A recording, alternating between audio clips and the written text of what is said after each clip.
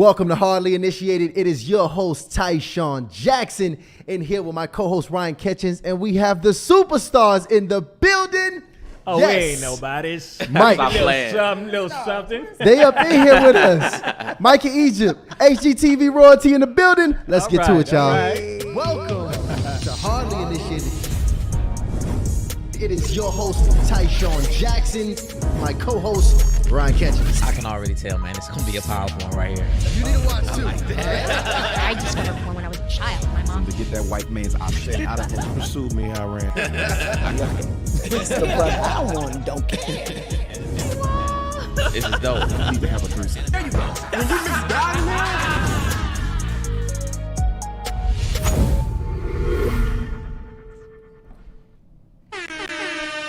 Welcome, family. Wednesday, we gave y'all Monday to be with your families. Facts. But now we your family. We up in the building here and with somebody extra special. Coming with that heat. Hey, Welcome, guys. you done called us special, done called us They gave us royalties. the sound effects. Listen, I feel we're going to have to take them on tour with us just so they can intro us everywhere we go. Okay, did y'all, Hey, y'all heard that. Y'all heard that. It's a deal. It's a Did y'all deal hear coming that? on the way. This a live show. There's no editing this. No all right? editing. No So editing. we are here live with yours truly, the superstars that we see. Even when I could be in a grocery store. If I look up and HGTV on, I see these faces regularly. So I know you know these two. Welcome, guys. Mike in Egypt is Thank here you. on Hardly Initiated. Thank y'all. Y'all look great, too. Oh, thank you. Yeah. Thank Y'all you, brother. do look like y'all got to really y'all just look healthy. It's And thi- called Happy and a Whole Lot of Sex. That's a secret. I see where we about to go with this one. Wow. So it's going to be that kind of show today, And guys. They this- done this opened is up the doors. This is what the niches want. They want to look like you guys. Look good, be healthy, be happy. It's called cleansing, Okay. praying, meditate. Yes, I said praying right after the last sentence I just said. Okay. Because we married and we grown. But yeah, 20 years. It is. Yes, Friendship, yes. laughs. But the sex part was true, too, as well. Wow. Listen. 20 It's years, true. that's incredible. We had a babysitter this weekend, man. You know what? Health, happiness, and peace. That's one of the Yeah. things that revolves around our house, all right? Because no matter what you have, if you don't have any of those three, nothing else matters. You can have all the money, you can have all the fame, you can have all the friends, but if any of it interferes with your health, happiness, or peace, it doesn't allow anything else to grow. You get what I'm saying? So we Yeah. make sure that continues in our household. And we do a lot of date nights and date days in order for this to keep working. You feel what I'm saying? Because if we don't work, nothing else works. And that's one of our main things that we live by. Well, Ryan, love listen, I got a way we can really spice they date nights up, here my we brother. We do. I Here we got a go. way. How is this? Let's get to our episode sponsor because, Right. guys, we going to add something to spice it up over there. And by the way, guys, so that's y'all. That's our what- gift to you. Wait, what is this? No it more says small hardly in love in a little black box. So What is look, this is the thing. This is the potion, the formula. This is our secret formula. Ty and I customized 100 questions for you guys to take a deeper, in-depth dive into the conversations. So these are And questions. These are questions. Oh, Look, okay. it's Oh, hard to yeah. get in the box. Hold on now. What Right, box right. you talking Well, yeah. about? Oh, see. So check this out. Right. all of the boxes. It's Right, hard right. to get in all of the boxes. Look, 20 years here. This box. Oh, Never mind. Hey, Exclusive. hey. Exclusive. This is the rated R version tonight, No, guys. it's not. No, So, it's so not. real quick, guys, I want to give a quick shout out to Felicity, one of our niches. She says, guys, she sent this into it. She says, this is my review. I was just in Cologne with friends and had a wonderful time. One of the most memorable moments was our first morning there. We woke up early, meditated, and prayed. There it is. Okay. Ordered room service and played Hardly in Love while we ate. Nice. Okay. Fun. The Nice. cards really helped me communicate things to my friends that are important to me, and I'm not sure we would have discussed otherwise. The cards also helped give me clarity on a few things for myself as well. Dope. I That's love dope. that. Did Dope. you throw the picture up of Tulum? And there Yeah. you guys have it. So if you want to go ahead and get your deck, guys, we got it there in the description for you. And listen, they're there for you. Right in the description. We'll even pin it in the chat for my people here live. Shout out to my live folks. Go ahead and get your deck today, baby. Yeah. Now, There you have This is dope. You know why? Especially in a day and age where a lot of folks, relationships, man, female, whatever the case may be, they don't know how to talk or communicate anymore. Yeah, and we were having just this conversation. Like, this generation really is the most antisocial generation. Facts. We sit Yes. all day on Instagram and then we're commenting and we got keyboard courage and we're sliding in DMs, but we don't know how to slide over and say, hello, can I have your telephone number? Or hello, and just start a conversation. Yeah. We are so we don't know how to connected, do that. we're disconnected. And actually, we So- call it social media, but it ain't really that It's social. anti-social media. Not at yeah. all. It's algorithm media. Now, in the spirit of gift giving, right? Because those are yours, and also sliding or doing a little bit more, sliding in somebody's in person, in their face to say hello. Mike actually got us a gift. Man, Yeah. Mike, shout out to you, man. First of all, fellas, y'all, if you watching, you know how important cologne is. Matter of fact, ladies, you know how important cologne is on a Right, man. they really know. Oh, yeah. And I'm literally shopping for cologne right now. I'm looking for Right, colognes to right, purchase. And he came up in here and blessed us Let me tell you with something. a bottle. This stuff smells so good, and I'm not just saying it because it's my husband's, but like when he sprays it, I want to just bite him. So spray it on you Give me a before little you bit go on right a there, date. right there, right there. It smells so good. And listen, like, so obviously in real estate and design, I think people tour homes with all their senses, right? Their eyes, their sense of smell. We do the same thing when we're on a date. We're gonna tour you with our sense of smell. is true. And call This is somebody true. right away and say, I don't know, he smelled like a wet napkin or something. Right. So you got to make sure you got it right. Keep it sexy. That's great perspective. So I like that. I'm actually spraying it right now, y'all. What do you think? And because I've already smelt it, and it smells incredible, but man, smooth. Right? Smooth. This is player. Yeah. This here is how you want to walk in the room. So I'm very excited you blessed us with that. Definitely. Actually, I'm this gonna actually drop that takes link us. in the link in the chat too. We're gonna drop it in the chat. So we got a bunch of gifts for y'all. Go ahead, y'all. Go pig out in the description and in the chat. I want to ask this because you kind of hinted to this prior about this generation. Because when you talk about y'all been together for 20 years, that's like that is a whole generation. But when okay, you think about the fact that we're only like 28, the math just doesn't math. Right. does it? I'm not mad at You that. know? I'm not mad at that. Okay, y'all. We're counting backwards. Okay, y'all look like y'all aging And it backwards, doesn't by even the feel way. like 20 years, though, to be honest with you. You know what I mean? It feels like 7, 8 years. Our first date. Our first date, you were so cute. He was on the corner of 33rd and 7th Avenue holding flowers. And he was so nervous, and I was equally nervous. With Well, this I didn't- where'd you corny, get the I nervous had a part corny from? Ed Hardy jacket on. You Ed were. Hardy. Ed Hardy was in 20 years ago. Right, but Yeah. back then it was hot. It Back was- then, It was hot. Ed Hardy was like the shot back then. I had an orange Ed Hardy jacket on. Looking amazing. Right? And Yep. I lifted up my boobs before I walked across the street. I was like, Oh, I look see at- it clear as I day. was like, he's so cute. And okay, so I'm leading. And we went to see, what was it, Saw. Saw, yeah. That was our first date, to see Saw. That's a classic. He set that up. Well, you took her to watch a horror film on the first date. Because I told That's him I different, right? Because I told him that horror movies really like get me scared. So he took me to a horror movie. Cheat code to the body physical contact. Yeah. I right? see. Got to embrace her, you know. Strategy. Hey, see, Mike, see, look, he got the secrets. I He thought, know, and listen, I'm a he strategist know. on that first date, but that one kind of went over my head right there.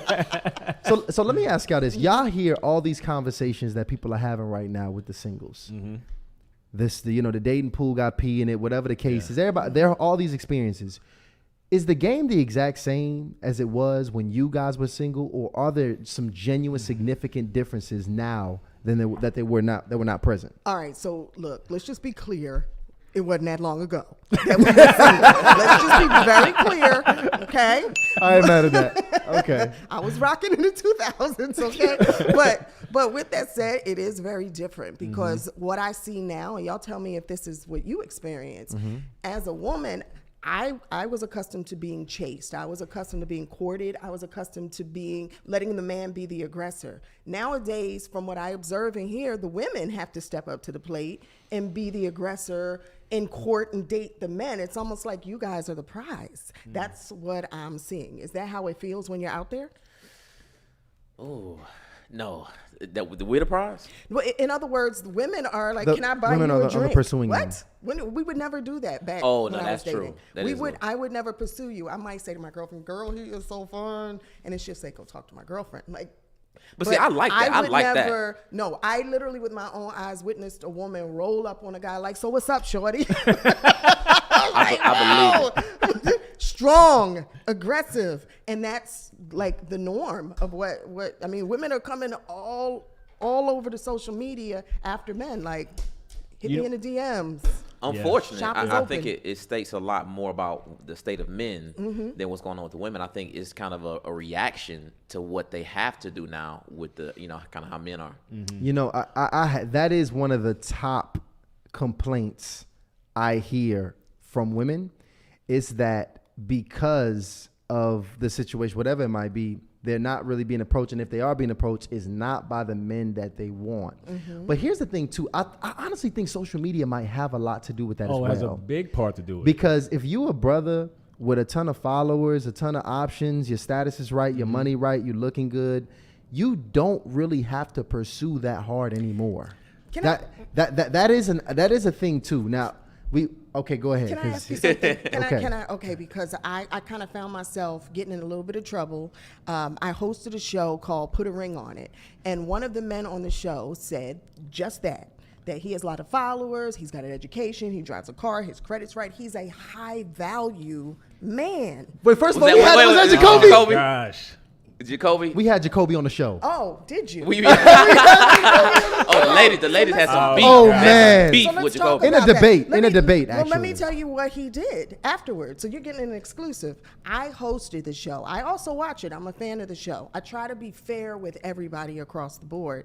So on the show, the way it showed was he told a single mother that he was essentially too good for her because he was a high value man, which, look, listen, I don't think anybody should tell anyone that. But I also was raised for the early part of my life by a single mother. Does that mean that women, just because they have a baby or they're not in a relationship, are low value all of a sudden, or that they should settle for any old thing, or that anybody class-wise is higher? No. Now I think a classy man would never have done that, and therefore I would consider someone like that a high-value individual with a high level of character. So I wasn't trashing him, but I basically was saying to him, like, what makes you a high value man? What makes you? And he was listing cars and education and all of that. And I said, what about character? Which is the most important thing. Yeah. So anyway, he goes on YouTube and has everybody trash me because he used just a little clip, not the whole conversation, just a little clip of basically where I broke him down. So y'all can take that. So, well, I thought he was the person that was getting more so trashed. You felt like you were getting trashed on Well, that? no, not on the show. I wasn't getting trashed, but on social media because he got like some of these bloggers out here in the streets to just say like, Egypt was wrong. She told him he wasn't a high value man. How could you tell a man he's not a high value man? it. I'm saying you're not high value if you're going to sit here in this round table of people and tell a woman who she's working, she didn't ask you for anything, she's out in this world trying to date, she's showing you her heart, she's trying to trust you, she's being vulnerable, and you're going to tell her simply because she has a child that she's not high value? Like, where they do that at? You know, to me, you got to be careful. And what I said is, you want to be careful that your sum does not equate to zero, at the end of the day. And Mike said, why you say that? Why you say that to him? And I said, well, because honestly, that's what a lot of people were thinking. He says, but you came off mean. And I said, I came off real and honest and truthful. That you can't do that. And you gave him an opportunity too. Yeah. To clean it up. To clean it up, and he didn't clean it up. Here's what I said to my wife at that moment, because we're always watching for each other backs, watching each other's backs. The social media day and age where somebody's going to always attack you. So when I see certain things, I said, babe, you could have approached it in a different demeanor and said the same thing without coming off so harsh, because that's what a lot of the YouTubers and IGers were saying.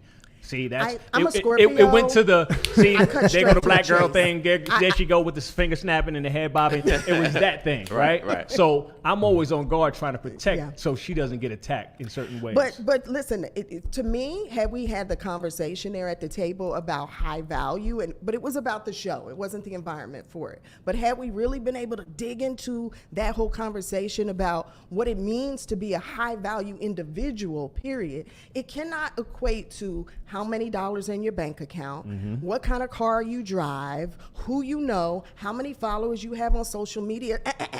Don't talk to me about that and then say I'm high value because Right, of that. right. Show me your heart. Show me your compassion for another individual. Show me where you put in work, Mm-hmm. right? Show me you on your knees. What do you pray about?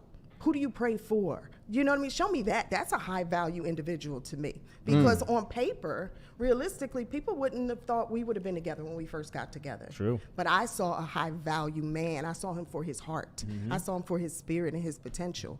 So I'm happy you actually gave a definition, because that's a high value is a culture created word. And when the culture creates a word, everybody using it with their own definitions behind it.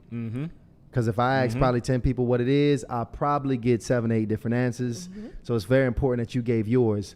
But interesting, as I've done my research, as a great host always does, I saw that you actually, prior to your relationship, had a child. Yes. We always talking about the women that have children that are dating. Let's talk about the brothers, okay, that have children that are also out here dating. Let's talk about Because did you find that that was a problem or an issue with the women that you were courting at the time, or was it actually something that actually probably made you a bit more attractive? So I don't know. And let me tell you what I mean by I don't know, because I wasn't courting a bunch of women. I went from my divorce to my wife, right? So I didn't have the time to even think about that. And to be honest with you, in my head, I thought it's either you take the full package or you don't. I wasn't worried about what people were going to think. I knew I was worthy of a good relationship or a stable marriage, and this is what comes with it. And I know she's worth it. So my thought process never went, oh man, I got to get out here, start dating again. I got this kid, how they going to feel? Never came to my mind. Never. You know what I loved about him? He was honest. When we sat down on that first date, he sat back because we were having a really good time, and I think we both saw where it was going. And he said, all right, so can I tell you something? I said, uh-oh, here he is. He's about to tell me how he's got a girlfriend or a wife or something. This is just going too well. He said, all right, my credit is bad. I just got divorced. Yep. I have a small child. I'm in an apprentice program, and I probably can barely pay for this date. Wait, that was the first. That was the first date. Yep. You laid it all out. Yeah. You know why? Because I said, I'm not going to go through the phase of having to pretend I can afford it or pretend that this is a lifestyle that I don't have. It's either, because I said this before even that. I said, I'm not dating anymore until I am financially stable, until things are right, because I don't want to be judged on the position or the area that I'm in right now. So I said, I'm not dating. So when I met her, I wasn't looking. It was, divine intervention. I saw her and I said, that's my wife. And having that feeling of that's my wife, it's like, I got to tell her everything because I know where our future's headed. You feel what I'm saying? So that feeling of knowing is like, I'm about to lay it all out because this is her. And you know how women, we'll have our list. Women, where's your camera so I can look straight? You know how we have our list. You know what I'm talking about. You sit there and you just all night just writing stuff on your list. And I had I don't want a man with a child, and I don't want someone who's been married, and I don't want da-da-da-da-da-da-da-da-da. Then I met him. He was the antithesis of my list. However, what I never anticipated, and never anywhere wrote on my list, was somebody that was just real and honest and raw. I'd never in my entire life, and I'd been engaged to before, had a man be that honest. And so I said to him, I was like, okay, can I digest that? Right. I need a minute, decide if I like that, which I loved it because it gave me a choice. And a lot of times that's all we want is a choice. Be real with us and tell us what we're dealing with up front, just like guys are like, be real with us. Let me decide if I want to rock with you. Be real with us and let us decide if we want to rock with you. So we decided to continue to date without commitment for a while. But let me tell you something. So I want to stay there for a minute because from an attraction aspect, did your attraction go up or down at that point? It was a different type of attraction. Right, Okay. because when we first met, clearly there was a physical attraction about what could be. He was definitely my type, and I wanted to know more, and he clearly wanted to know more. But then it was like, wow, I want to know more. it was different. I want to know his heart. I want to know more about this person. Maybe he's going to be a lifelong friend. You know, I was a stiletto hustler in the city. You know what a stiletto hustler is? No. Nah, you I'm gotta independent. I don't need him, girl, with our high heels. Hurt Oh, me. it's a lot of those. Listen, I'm independent. it's a lot of That's those. a whole different topic. Right. So, but I was like, you know, okay, so maybe he's not Mr. Right. He could be Mr. Right now, maybe. So, you know, we dated for a little bit, but man, he just kept blowing me away with his character. I had never met a man, inclusive of my own biological father, who had been so honest, real, raw, considerate. I got in a car accident, flipped my car over on the Garden State Parkway. I wasn't even supposed to live. The first person I thought to call, not 911, not my mama, daddy, I called him. And he crashed getting to me. That's insane. He did, and then he called out of work and like stayed with me and took care of me, and like I'd never had somebody do that before. So I think when you get to know a person for their heart, outside of the way they look, outside of their, you know, what they have to offer financially and materially, you start to love them differently, right? So for me, I fell in love with him as a person and as a friend I cared about before we even consummated anything. Right. I think that was a very bold move from Mike on the first date. Very bold. So Mike, I'm thinking, because the fellas need to know, because fellas going through some financial Oh, yeah. turmoil, they going Everything through you some just family stated. issues, everything, everything. Should they be because this was, like you said, it was a serendipitous moment. You met Egypt. Yes. This is the one, right? Outside of that, should they be dating while they're going through these different types of issues? I'm gonna be honest with you. You know, I saw that particular question or statement go around crazy on somebody else's show.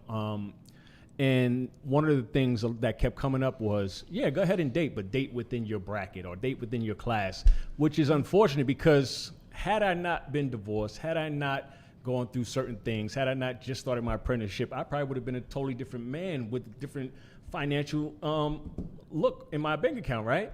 So I would say to honestly go with what works for you, because I don't know your I don't know your circumstances, I don't know your situation. Everybody's different, but a lot of women would say no, he should not be out here dating. He should wait until things are right, and that's how I felt.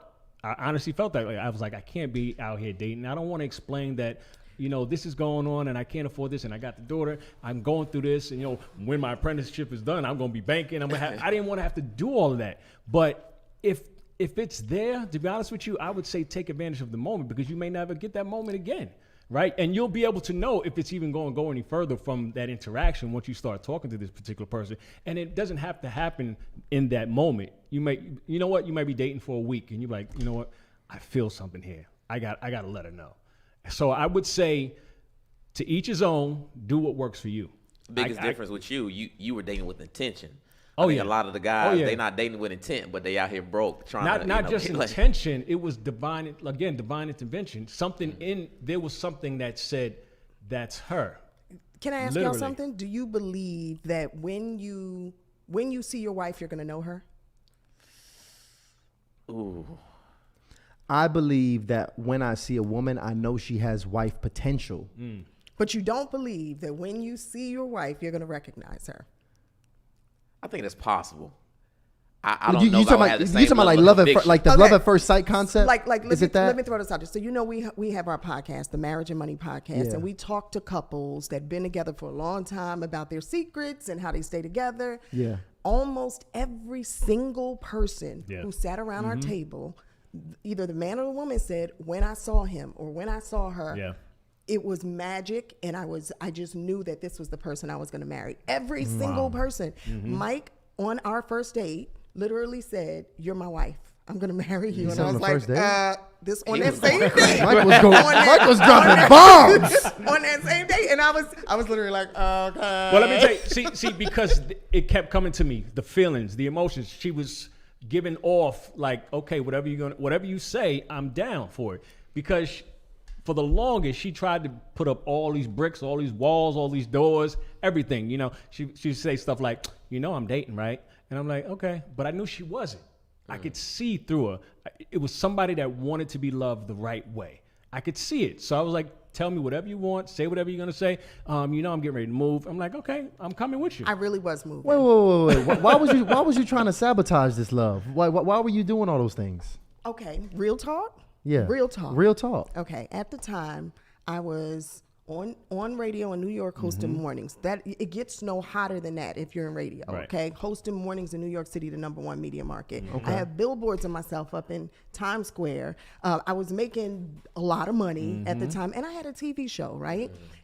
Everybody expected me, including myself, to like be with or marry some big ball player or some big celebrity or what have you. And I went on a date with he's not average. Let me just tell you, my man ain't average. But at the time, the package seemed like an average dude, right? He was working construction in New York City, and I went on a date. But I was moved to because I felt this connection to him. So I was like this because I thought maybe I had been a very bad judge of men in the past. So I thought maybe I was being a bad judge. After all, he didn't meet nothing on my list when I went back to my checklist. So I was sort of jaded, right? And I was like, no, this is not what I wanted. This is not what I thought I wanted. And then when you meet the right person, they're going to make you redefine your list. That's the best. So you way had I a can tell toxic you. list. How many ladies have a toxic list right now? Here's what it is. I was praying for a certain man, but I had not yet become the woman to be ready for that man. Yep. Wow. Right? So I think a lot of us out here in these streets, men and women, we're unhappy. We're on these red carpets or we're out at events and we go home and cry ourselves to sleep at night and we're lonely and we're frustrated. And the question is, why? Why? Where's my husband? Where's the one that was made for me? Where's the one you were molding for me? And meanwhile, he's like, he walked by you today. You just weren't paying attention, because you were looking for something else. You are chasing somebody that is not made for you instead of preparing yourself, going inside internally and preparing yourself to attract the person that is being made for you. You know what, to go back to that question though, with regard to somebody that may be sitting home in the circumstance that I was in, a lot of men may be in that circumstance, but they may not be able to express themselves properly, right? Or scared to say how they feel. So in their mind, all they're thinking about is finances, because we're in a day and age, especially social media, it's like, what you mean he didn't flew you out? Or he didn't fly you out? Or he not doing this?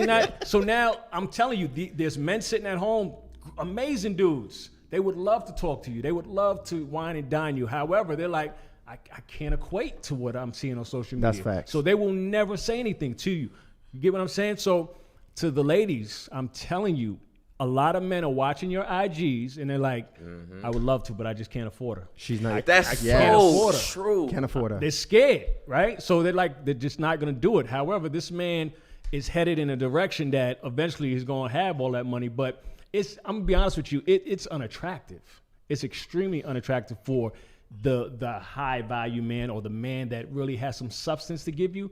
We see those things and we're like, I'd rather not. Tell That's us a what headache. that looks like though, because a lot of ladies don't really understand what it looks like. Because like you said, you check out the profile and you think as a man, I can't afford that. Yeah. But what are you seeing to give you that inkling? So for instance, I always go from outsider looking in. So when I do our podcast or if I'm invited to speak to a couple of young men, what I'm seeing, for instance, you'll get those that are going in, every post is about the new Prada bag. Every post. And then the caption says something like, whatever it may say, something. It's a Drake bar. It's a Drake bar. And now, mind you, she might be a sweetheart. She may be a loving person, but what you're giving off is, if you can't afford this lifestyle, then don't come into this lifestyle. You get what I mean? Yeah. Or this one, if you ain't got a check for me, don't check for me. Oh my goodness. You get what I'm saying? my When you see God. that on every other post, it's like, okay. So here's something right there. Remember, folks, essentially our social media is a commercial for us. It is. You are a brand, whether you realize it or not. When you go on your social page, what is your brand saying about you? How are you marketing yourself? And that's just the reality of what it is right now. You have many people who are creating these lives that just don't exist. Like they're about to get evicted. Meanwhile, they're stepping outside of a G-Wagon that they literally just parked. So, and it's like you're creating this appeal that is untouchable. And then you wonder, why no one's touching you, right? Because nobody's in your DM because they feel they can't compete with you. Your man who's out there watching and who's attracted to you for some reason is saying, she can't be my woman. I can't reach out to her because I can't compete Your man or your woman doesn't want to compete with you. They want to have a dialogue. They want to be able to approach you. People just want to take it all off, Right. when they go home. So what I'll ask everybody right now is to go on your social media and what does your page say about you and your brand? Really, truly. And does it align with who you are at your core? Because if not, there lies the problem, son. And honestly, that's in person too. Pull some of those Because up. yeah, we might do some IG review. We do IG reviews on here too. Oh, boy. But let me tell you, that's in real life too. Because I remember a funny time. I got one of the most real raw moms of all time. My mom gonna tell you what it is, kick it to you like it is. She's from Brooklyn, New York, and she talked just like it. And when I tell you, we was walking down the Beltline, me, my little brother, and my mom walking down all together. Beautiful young lady passed us by on a bike. And, me and Delana, we both get that air where I'm kind of like nudging him, like, because he's working on this pickup right now. So I'm like, you might need it. And my mom just jumps in. She's like, nope, you can't afford that one. But see, it's just the whole aesthetic. The whole Oh, aesthetic. let me tell you, Did the girl you just hear? don't Does, even does know. your, does You your know, mom, probably so. Does your I mom know was my with you. I was mom's? with you. Yeah. Ryan, you was there. Say it Does again. your mom know my mom's? Probably so. Oh, So you're let me gonna tell you me? why. Oh, God, no. So through my transition, now mind you, let's throw this out here too. In the past, had my own place with my ex at the time. We were good. Right Like, now, my man was not a scrub. we are good. He was just so divorced. y'all know. Rebuilding. There's that. A lot of folks He was doing rebuilding. transition period. Now, anyway, in that middle of that transition period, I was staying with my mother. Right. She's over at the house. We're going out on a date.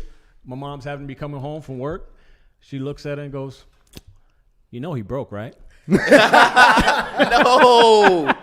Mom said that? Insane. When I tell you, I'm looking at my mother like, where the hell did that come from? And I literally was like, well, It yeah. was, hey, Ma. Hey, Miss Jackson. You know he broke, right? And so look, we laugh about it today. His mom is sweet as I don't know her, Yeah. right? And we Love laugh you, about Ma. it, and she says, because I'm a woman. And I wanted a woman to know, and I know what his picture was just coming out of a divorce, and he was rebuilding, and I wanted to make sure he was being honest with you and not misleading you. Right. And I respect that. Wow. I respect that family. That's why I'm a Wow. Jackson. But let me just can we go back for a second? Yeah, let's Yeah, go. we- Let's go back. So this is something I really want to get across. Ladies, at the end of the day, you know what is really attractive? A man who feels like he can build with you, okay? We built this life together. What y'all see on TV is real. It's not fake. It's not fabricated. We literally own 7 businesses. My husband owns 3 of them. I own 4 of them. We literally have been millionaires for years together. I was a millionaire, multimillionaire before I met him. But then we worked together to leverage his skills and my skills to build his credit, to build his businesses. Then he runs those suckers so I can sit home with the babies, right? So we built together. That's the new sexy. So really what you want to find is someone who has great character, someone you feel you can trust, who respects you, who really you can build with. You can see that they've got the potential. Everybody wants to come into a ready-made. Guess what? A ready-made is married. Oh, Lord. Okay? Ready-made is chances are they're married, or they know or believe they're such a high-value man. Good luck getting them to settle down and look at you, or be faithful to you, or be the person that you need to be supportive for your goals as well. Good luck. Yeah. What about building? What about putting in the real work, the sweat equity that we talk about, right? Why not put that sweat equity that you're putting into your investment properties into the person that you may potentially be able to build a life with for the rest of your life?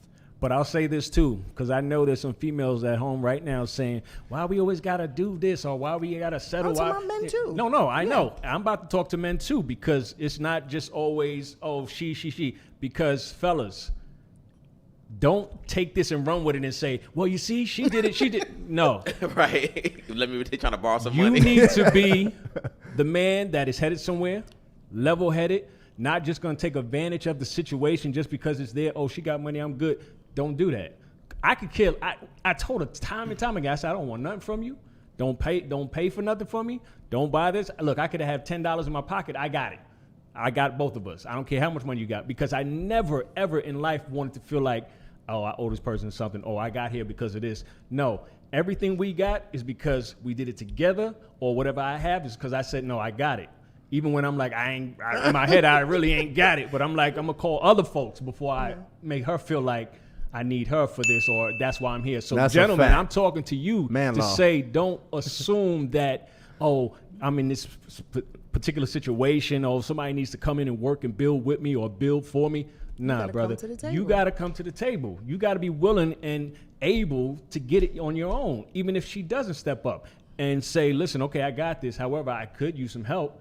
And don't be scared to voice your opinion. Don't be scared to say how you feel, because that's a lot of things, or should I say, that's what a lot of men lack, a safe place to fall apart in, right? Without feeling judged or belittled. So they're like, I'm not going to open up, because the last time I did open up or express how I feel or told you about what I was going through, now you replay it like the news every time we talk about a conversation. So I'm never going to open up again. You feel what I mean? Can I throw something out Of there? course, of course. Okay, so I was asked from some women, a group of women, recently. Remember I told you when I went out of town to that event?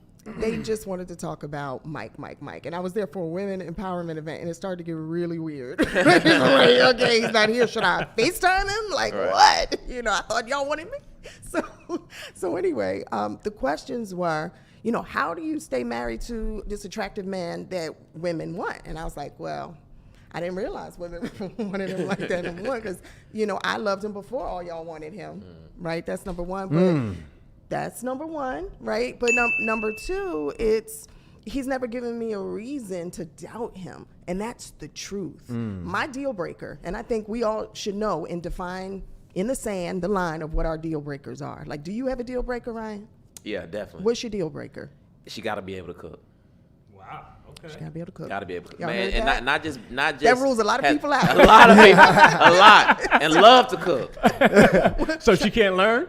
She can learn, but Okay. but the thing is, you can have somebody who can cook, but she don't like to. Right. Like, I want her to actually enjoy cooking. Right. So, what about you, Tysean? What is your deal breaker? Cleanliness. Like, woman gotta be clean. I don't even mind if you're a little OCD. Yeah. That's fine with me. Yeah.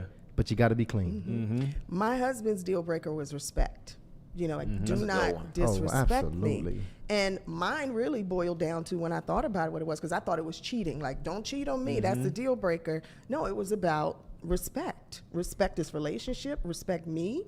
Be honest with me is respect. That's what we wanted. That's what our deal. In 20 years, I've never had a woman call me.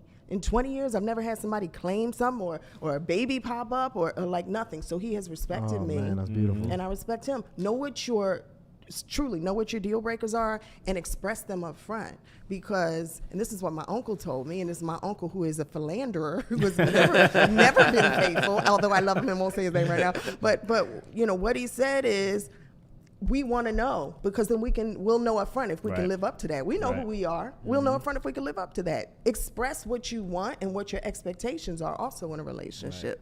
Man, That's let me- great counsel. Real quick, for you. Go ahead. So we had, because we got a lot of very successful ladies that are part of, you know, the Initiate family, and they're trying to figure out, you know, where to find these men along the spectrum of success, so to speak.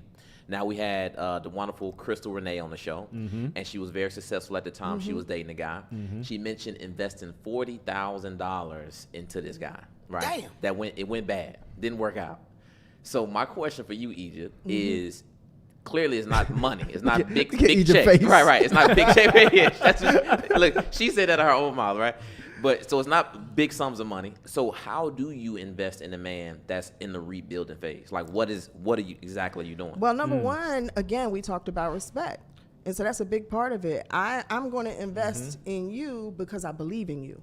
I'm going to invest in you because I pray for you. I'm going to invest in you. I'm going to be kind to you and respectful. And I recognize that any money you have or lack thereof does not define who you are as a person. So a lot of us, we think that if we've earned a certain degree or if we've gotten to a certain financial place in life, that we've earned the right to disrespect a human being. Yeah, period. that's true. And no man is going to sit around. I'm telling you something. The best thing you can do, ladies, is when your man feels loved and respected and he has a safe place, he's going to stay and he's going to stay faithful.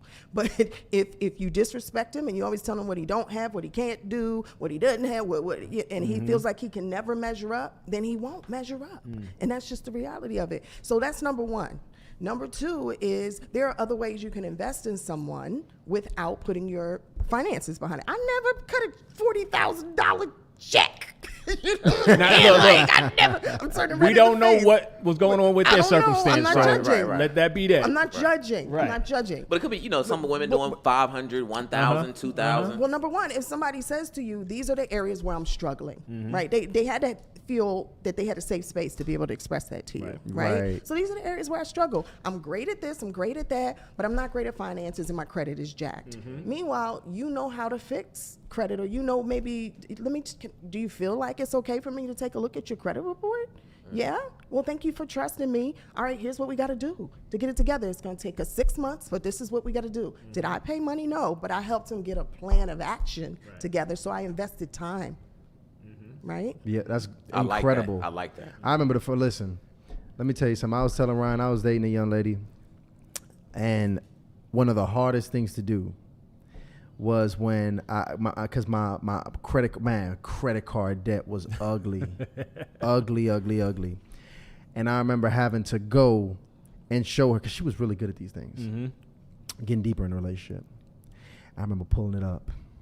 And I had to clench my ass cheeks together. Like, that one little sweat coming down the back. right, like, and I remember it was like I was showing my mom a bad report card or something, but it was this level of relief. And I actually want to go back and talk about that, because you mentioned something that was incredibly critical about this finished product. Actually, sometimes being a married man, and how important honesty is. I was speaking to a brother. I'm gonna keep this brother hella anonymous. Right. But this is a brother that you called, what'd you call him, a philanderer? A philanderer. A philanderer? I You call him, you got to roll when you say philanderer. Philanderer. I call them infidels. Okay? Infidels. Like, this is a brother who is not even really in his moral system to be faithful in his marriage. That's just like, in his mind, this is the way, like, I have my wife, I build, like, he takes pride in building his family, but I'm gonna have some fun over here, and this is just what I do. And in conversation, I remember asking, I'm like, yo, how do you consistently tell, and he has pride in telling the women that he's married. He takes pride in that. And I'm like, yo, I told you, though. How do you consistently get these new women to get down with this program when you're already married?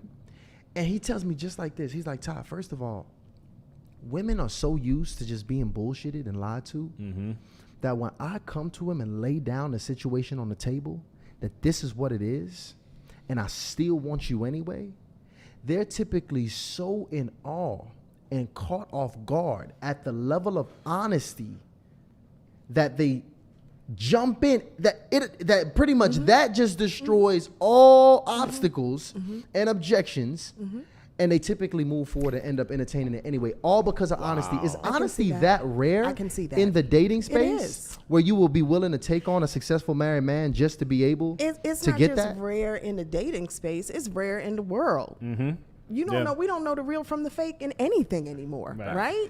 We don't know none of it. It's two parts to that, though. Well, probably 2 or 3 parts to that, why that works. One, especially in this day and age, right? Is that situation happening in Georgia? Yes. Okay, so it's 4 parts to that. Then.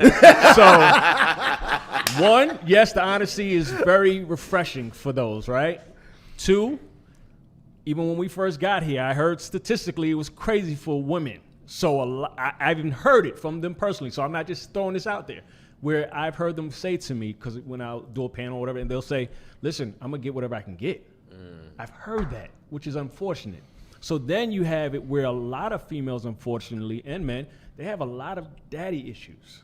That is a real thing, where they lack a father figure or they lack a presence of what was in the home. So now when certain guys come with certain things, they're like, oh, okay, I'll accept that. Or you have it where some females are like, I don't care. I only want some sex anyway. Exactly. Like they made that's a grown, cool. a grown woman I decision. made that decision when I saw you come in the door. Yeah. I said to myself, he could be married, he could be whatever. It's going down. Yeah. So as long as he tells me the truth. So and then you have those who specifically want married men. That, yeah, We haven't that's the talked thing about too. that before. Yeah. Okay, That's Yeah. fine. So when was it Kendall? Kendall was maybe only a few months old. She's 12 now, but we had first moved here to Atlanta, and we were sitting in IHOP or something. And I'm looking a hot mess because I got a baby. I'm breastfeeding, you know what I mean? And I'm still going through postpartum. He's looking hella good and sexy, and I'm hating the fact that I look the way. And I'm like, you don't look like you just been through nothing. Anyway, it wasn't IHOP. It was Red Lobster. You know the story I'm about to tell. And I know that day, okay, but so you were the looking waitress, you know, she was cute young girl, and she's bipping up to the table and how can I help you? Never looks at me, like basically puts her whole back to me and the baby. No. She's like, how can I help you to him? And I'm not been a jealous type, so I'm like, whatever, he's gonna handle this. But when I went up to go to the restroom, when I came back, she had given him her telephone number. Now, mind you, I'm sitting With at the baby. table with a new baby, and she decided to give him the telephone number. So when I came back, he's sitting there like this, and I could tell he's trying to decide if he's going to tell me or not. And I already knew. I said, is that her telephone number? He said, yeah. I said, give it to me. He's like, babe, please don't make a scene. I'm going to just rip it up. I said, you should have taken it from her in the first place. Like smash her hope. Make her, like, be the Kraken. Crack down on her and tell her, you know. And so anyway, he's just a nice guy. So he's like, nah, I know I was just going to throw it away. So I took the telephone number, and I went right. What do y'all think happened? What do you think happened? Well, wait. I mean, you approached her. I know you approached her. With all of my postpartum depression. Oh, man. Oh man, you didn't give her the 1-2 combo. I didn't give her the 1-2 chicken spice. Okay. I didn't give her that. That Philly cut. But I did say to her, I said, you just gave my husband your telephone number? And she just looked at me like, yeah, like, what are you going to, she didn't say nothing, she just looked at me like, what are you going to do about it? I said, you know, you are the problem. Women like you who don't think you're enough, you are the problem. You deserve somebody who's going to love you singularly. You deserve your own man, your own husband, but you'll never get him because of the karma you're putting out there into the world. That is my husband. He don't want you. And if he did, he might sex you and throw you away. Is that what you think you're worth? Because he ain't leaving me. And she stood there stupid with her breast out. So my point is, I didn't have to physically do anything to her. I didn't have to yell at her. She already thought badly enough about herself. There was nothing else that I could say that would break her down lower than what she was already thinking about herself. To do That was a what big she had just self-esteem done. issue. Yeah, it's a big self-esteem Honestly, issue. you handled that with class. I think so. Very much so. You handled that Hopefully with she class. learned something from that. But I cussed all the way home in the car. Cussed all the way home. But I mean, but truly, when you think about it that way, a lot of us are going out into the world and we're not healed. We're broken. Like he said, we got daddy issues, or we got all kind of things that we're dealing with about ourselves. And so we go out into this world trying to mate, and we're making a mess of things. You know what I see happening too, sadly, men and women, but I say for females only because I have 3 girls. So I'm always seeing this stuff, and it bothers me a little bit more, where they're trying to emulate and be like what they see on IG or what they see in these music videos. And it's like, so like they want to be the sexy reds. They want to be what they, and it's, I'm talking about grown women too. I'm like, why are you doing that? You know what I mean? And then when you really pay attention to the person, and not everyone can do it, but when you really sit back and let people talk, or just let them act out their life, you can see that there's a deeper issue, right? And a lot of folks are going through deeper issues, and that's why the dating pool does have pee in it. Right. It's got a lot of It stuff in does. it. And then you got to deal with those folks that never had time to heal from COVID. So now they out in this world, don't know how to engage with folks, and they're just like, it's a free fall. Whatever you got, let me have it. What's the biggest problem that you have because you admittedly you're single, yes. Yeah. And so what's the biggest problem you have when you're out dating? The biggest issue is, I think, what the women think that men value. So, for example, especially when I date the more successful young ladies, what I find is they'll do things that they're thinking that it's nice, right? That not that I'm not appreciative, but they'll like send me the chocolate, candy, flowers type thing, you know, one that, not that I don't like to be taken out, you know, one to take me out, spending some kind of money, some kind of financial investment. That's always what they lean on, even when there's some kind of frustration or issue within the relationship. So is that unattractive to you for a woman to pursue you? No, Now, if a woman, see, the thing is, if a woman sends, wants to, She said, "Is it unattractive?" to pursue me, no. What about if they're aggressive with it? Do you like an aggressive woman? Or No, because it's desperation. Would you rather chase? Would you rather say that's the one I want and go after her and pursue her? Yeah, for sure. Yeah, 1000%. Remember, we sat down earlier and I said that I feel like the world has kind of changed from back when I was dating. I felt like men were the aggressors. Now it feels like women have become the aggressors. I don't like that. Yeah. Not to say that we should sit on the sideline and wait. If you want to get to know someone, by all means, but there's a difference, right? There's a big difference. Come here, boy. You know what I mean? Right. Like, there's a difference. What about you when you're out? Always the biggest thing with me that's just so important when meeting women or trying to really create that connection with a woman is that connection for me, because conversation is like the number one way. If you ask me whether or not the date went well, I'm typically always going to base it on the level of conversation I was able to have with a woman. And sometimes it could be difficult trying to really find that substance in our culture nowadays, especially depending on where and how you're finding women. And thankfully I'm not dating much now. I got a young lady I'm dating. She broke through. So the reality of the situation is I'm not very active now, but when I really was dating women regularly, the hardest thing for me to find, and I would always even tell Ryan that, like, it was I really wasn't feeling the conversation here with this one. This one here, I noticed that you might even notice that sometimes you could even see a level of discomfort if you even try to push to a certain level of conversation with people. And that to me is already, I know I'm not gonna go on a second date with you if I felt like we really couldn't vibe with a level of depth, even on the first date.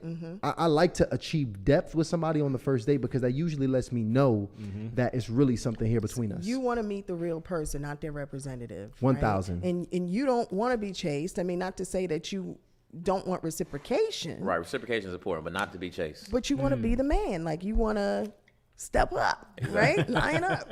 And then so I think that's the misconception that's out there. And there's just not a lot of leadership. There's not a lot of guidance in the dating scene anymore, because, the old nightclubs, the old streets are now on the on the internet. Like, those are the streets of today. So we don't get a trial round. You don't get to get out there and have a buffer or a wingman to kind of say, like, this is what you say. This is what you do. Okay, smile, let him know. Your smile is going to let him know it's okay to come over. Like, we don't get that, anymore. So I think that's the struggle. Everybody wants the same thing. We're more alike than we are different. Everybody wants love. Everybody wants respect. Everybody wants to know that the person they're sitting across from that they wants them. But we don't know how to express it because we're afraid to be vulnerable. That's so true. That vulnerability, I agree with you. Oh, yeah. Now, that vulnerability is so key. I think especially as a man, if you find vulnerability with a woman, you don't even want to do that over and over again. You like, because look, I'm not about to be, because that's one thing. As a man, you protect your vulnerability. Like, that's sacred to you. Like, man, she had me crying. Right. Oh no, man, she just had me crying. Listen, you're not about to be doing that over and over again. As a matter of fact, y'all, we getting close to that time, y'all. So, family, you already know, if you know, the initiation hotline is approaching. So we are about to put the link in the chat, and I'm going to get you guys involved in the conversation. So come backstage, click the link, come backstage, put your name in, get some good light. All right, get ready to talk. All right, take the bonnet off. All right, Egypt and Mike is in the building. Right, so leave the bonnet on. People in the chat. Be real, be yourself. Leave the bonnet on. First off, listen, now you done gave him a green light. That's what we're about to get. And they gonna come on with the bonnet now that you said that now. Lift it up. But I want y'all to come on here tonight, y'all. See, we talking dating tonight, y'all. So come on here. Any questions you have, and we might even throw an IG review in there too. Okay, so if you want us to go ahead and take a look at it, we'll go ahead and do that. But Ryan, let me know when that link is dropped. Yeah, I just dropped the link and I'm pinning it to the top of the comments right now, guys. Boom. I'm excited about this because dating and relationships really just my favorite thing to talk about on the show. Okay. And you really find out what's going on out here. Yeah. It's tricky. Yeah. It's tricky. Well, here's what I'm going to say. You know, especially for those who are in a relationship now, and how do you stay together, right? How do you keep it working for so long? Like Mike and I, we're constantly meeting couples that have been together 40 years. We just met somebody the other day together 50 years, Yeah. and they were like still, right? They were Yeah. still excited Yeah. about one Yeah. another. 40 years. And people look at us like 20 years. Y'all been together 20 years. Why do you still like him? How do you still like her? You know, I think here's the truth. You're going to fall in and out of love with each other. Yep. We have had, it's been like a roller coaster. That is why it's important to have a foundation. You talked about when you're sitting down with somebody, if you can't get to a level of depth with them and have a real conversation, then by all means, that's a red flag to run. Because what's going to happen when it gets bored, when the sex ain't good no more, when, you know, all of that initial attraction wears off, what are you left with? You're not going to be left with a friendship or anybody that you want to sit next to, right? So you got to really put in the work to make sure that person you're with is your friend first. And I know that sounds cheesy. They got to be your friend first. Definitely. You got to say, look, I can ride with this person. He's Bonnie and I'm Clyde, or the vice versa. He's Clyde. I'm saying, get it right. Get it right, okay? You know what I'm saying? Like, we scale fences together. You know, like we Facts. did some things we could have got in Facts. trouble. So first of all, y'all achieved levels of depth on y'all first date that folks don't achieve In a lifetime. with like a year or two Yeah. in the Yeah. game. When did y'all know that y'all were friends? When did we know we were friends? Wow, interesting. Let me see. I would say, I think it's two different answers, but for me, I don't know if the actual word friend came to mind, but I knew life partner. I said to myself, this is my life partner for sure. And within that encompasses being a friend, having fun, et cetera, et cetera.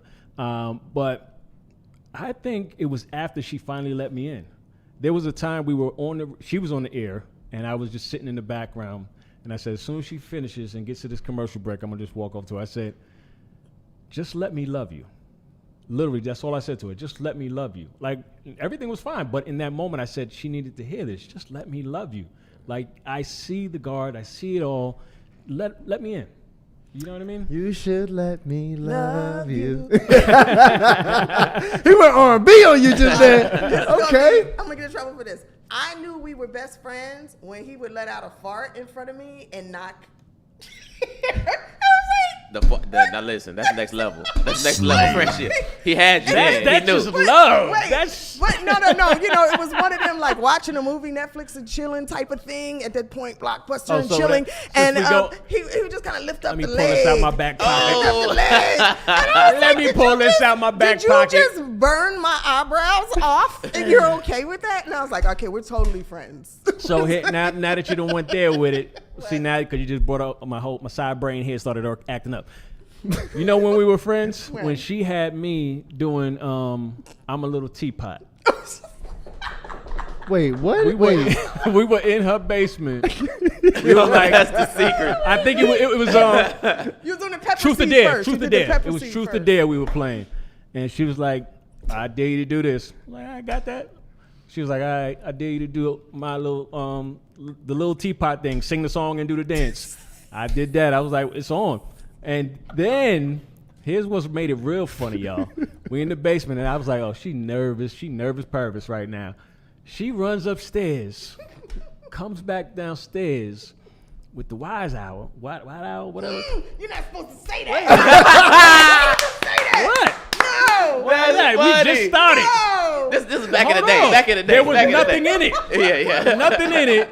I'm like, what you got that for? She's like, I don't know, just in case. I'm like, just in case what? I was like, oh, you I nervous. had an emergency. Right. Yeah. You Well, because I knew it was about to go down that night. I knew that But night. that night- it Pulling was out the about to potion. go She down. pulling out the- I was nervous. It was. I was. It was that. I was like, oh, this is my boo right here. This we could do whatever. It is what it is. Because I'm gonna tell you this. The secret. You know, we talk about liking fun and whatever.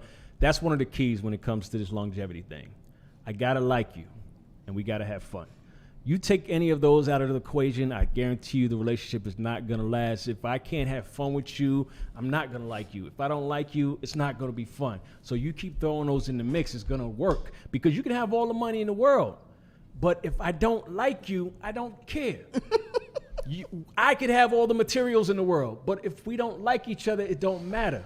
It goes back to that peace, health, and happiness. Take those out, and it just doesn't work. You feel what I'm saying? And one of the things we also touched on was work. So many times when it comes to relationships, we will give our all to our jobs and our careers and give the lesser version of ourselves to our significant others and then wonder why it doesn't work. You just put 100% over here and now you giving me 50 at home? That's unfair. We got to put in the work. We got to be intentional about it to make the fun. And I like you. Keep going. And then the in love and I love you, it just comes with that. And it helped that he cooked. I didn't. Microwave king. I know that wouldn't pass the Queen, sniff I should test, say. but What? I could order you up some food, baby, And heat in it up. 30 seconds. And you heat it up in that and mic. Put it on the plate. Yeah. You- Yeah. Let me tell you. See, look, now you done set the standard. They praising in the chat now. They like, oh, we can get a mic, but okay, we microwave everything. No, ladies. All right, Nah. this is the exception, not Right, the rule. right, Okay. No, but you know, not I for nothing. eventually learned. Not for I nothing. eventually To Oh, learned. speak okay. to your what is your Non-negotiable. Non-negotiable. I'll be honest with you, it makes a difference, bro. Like to come home to a cooked meal. Yeah. Like, oh man, this just feels good, like all over your hair, bro. So I get it. However, you know, for why it works for us is because I love cooking. I don't mind cooking, and it was just my thing, right? But it would make a difference if when I asked, hey, could you cook tonight? And she was like, I ain't doing that. Then it would be a problem. Right. You get what I'm saying? I get exactly. No, what I you're got saying. my recipes. I called my nana. You got the go-tos. What? I called my mom, my aunt, everybody. All right, y'all, I'm keeping them. What I got to cook? Teach me how. Give me your That recipes. initiative. I got like a good starting 10. That's not bad though. And I don't mind leftovers. Honestly, you could run a whole restaurant off a 10-meal Right. menu. now. Good. 10 meals is all you need. Thank you. I even have the family dish now. They look to me What is to it? make the collard greens. Just Yeah. serious. Okay. My Yeah. collard greens. What? That's not You easy. kidding? That's and, not. And I can jerk my collard greens and wrap You them could up jerk and your put them in collard greens. a jerk collard green roll. What? Okay. Yeah. I'm down with that. All right, well, part 2, we're going to test live on the show. We'll try the Cooking- jerk collard cooking with greens Mike and live Ethan. on the show. Next episode, hey, look, y'all come backstage. I don't know what it is. Y'all must be intimidating these folks. Yeah, they look It's the scared of that. initiation hotline. Y'all are scared. Come backstage, ask your questions. But hey, look, in We the got meantime, 1,200 people in the chat, and we- I want to read the super chat. let's read a super chat. And we got a question. We got a special question just for them. Let's go ahead and get to that too while they I like nervous that. backstage. Okay. Shout out to Daryl. Shout out to the brothers. Shout out to all the brothers. She Yes, says, sir. Daryl says, I'm definitely that guy that desires a quality woman. Like Miss Egypt said, most women want a ready-made man. A lot do not want to build with a man that's on the rise. Y'all made this very difficult for me to read. They're making it difficult. I would agree with that. The ladies, they all seem to want a guy that has everything all in ducks in a row. And most of the time, we don't have everything together or our ducks in a row. You know, like perfectly imperfect is my, sort of claim to fame. I am a hot mess. And he accepts me for it. You know what I mean? So he's a hot mess and I accept him for it. You don't have to be perfect. At the end of the day, though, we have an expectation often, men and women, for the other party to be something that we're not, to deliver something that we're not delivering, to give us all the things that we're not giving. And my husband has a shirt. He's like, be the energy you seek to exist. Be the energy. I love that shirt. You seek to exist. You're Well, out we're here- not going to just say it's a shirt and let it go No. like that. It's actually my saying. Yeah, he says it all the time. Mantra. Yes. Yeah. And I love it because it's so real. It's like, how are you out here looking for all of these things in a person and you're not giving it? Often, when you start to give it is when the world is going to give exactly what you want back to you. Period. It's just that easy. Manifestation. It's a There law. we go. That's true. We got another super chat? No, not another super chat, but we got somebody. Oh, we got somebody in the back. We got somebody Janelle. backstage. We Let her run coming. real quick, then I'll run the question. Janelle is here on stage. Welcome to Hardly Initiated. Janelle, what up? What's How are going you? on? I'm good. How are you guys? I am blessed. Janelle, if you can, get us popped off with your age and your location. I am 40 years old, and I'm in Southern California, right outside Los Angeles. No Hey, way. West That was Side. beautiful. Beautiful, beautiful. And just, because we talking dating tonight. Are you single? I am single. All right. I'm sorry, go ahead. Oh, I was going to say I'm very single, but yes, I'm single. Put that very in front of it. I already know what that means. What's your question? Well, my question is, I want to start off and say thank you to you both. Thank you, Tysean and Ryan, for this platform. You guys have allowed me to be more accountable with my approach and understanding men and the people that you guys have on your show. I just love it. And then Egypt and Mike, I love you guys. So We appreciate you. Oh, we're I'm going running late. good. I'm running late to the gym because I saw you guys were live, and I was like, nope, I got to catch you guys live. There you go. Look, don't be blaming us on that weight gain. Don't do that. I'm just I gonna be have a late. question for you. Yes. You said I'm very, very single. So usually that means single by choice. Is that the case? Single. Well, that kind of has to go with the question that I had for you guys. Because I'm finding myself, I wanted to ask, what are some practical pieces of advice you could give me when I'm out and about to be more approached? Because I've noticed in the gym, in public, I'll get the eyes, I'll get the smile. I know I get acknowledged, and even online, I'll get the little DMs, but never the approach. So I'm going to let the guys answer that first. So, and let me just confirm this. You're getting eyes. Like you could tell you're getting looks, but they're not walking up to you. Like at the gym, I'm pretty sure I'm going to see this gentleman. He'll look back, he'll smile. And I don't know if it's because you don't want to interrupt my workout, but I don't get the approach. How close are you standing to him when he's looking at you?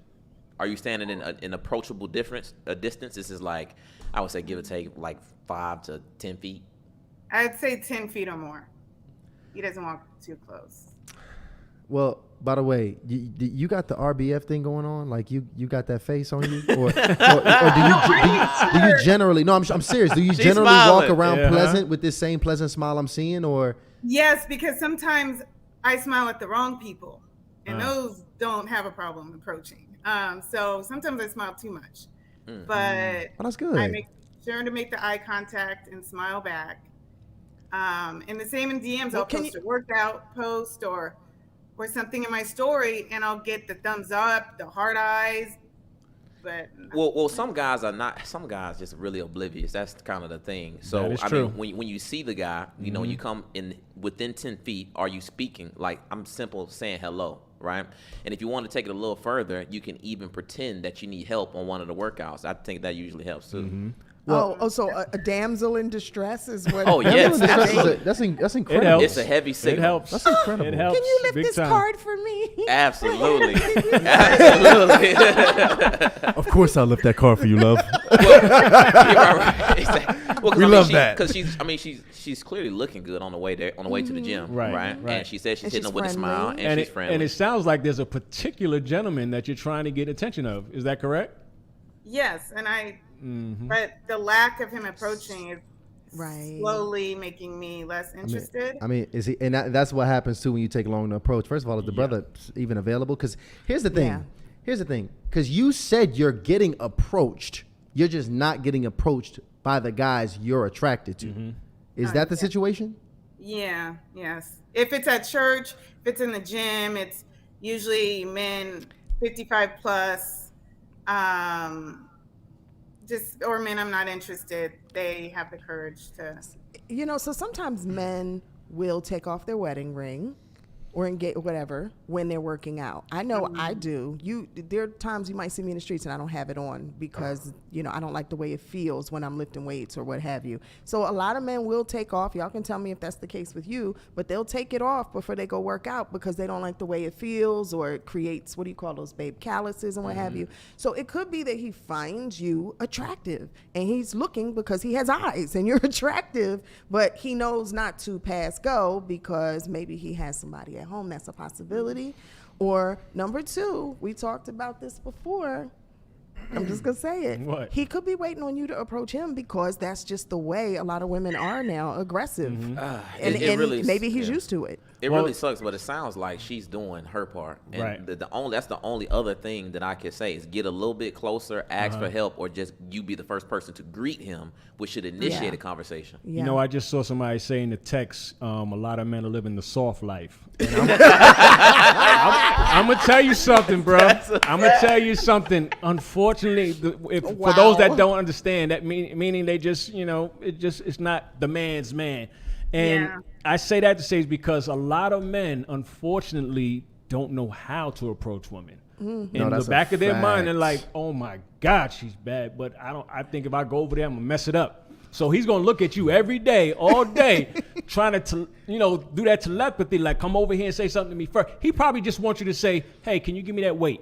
And he'll probably take it from there. Do you know will how- be very surprised. Do you know he's how to probably talk just to a scared. man? Like, tell her, give her some ideas of what she could walk up and say. I'm telling you, Honestly. literally, just Oh, hey, yeah. can you give me that weight or assist me with this?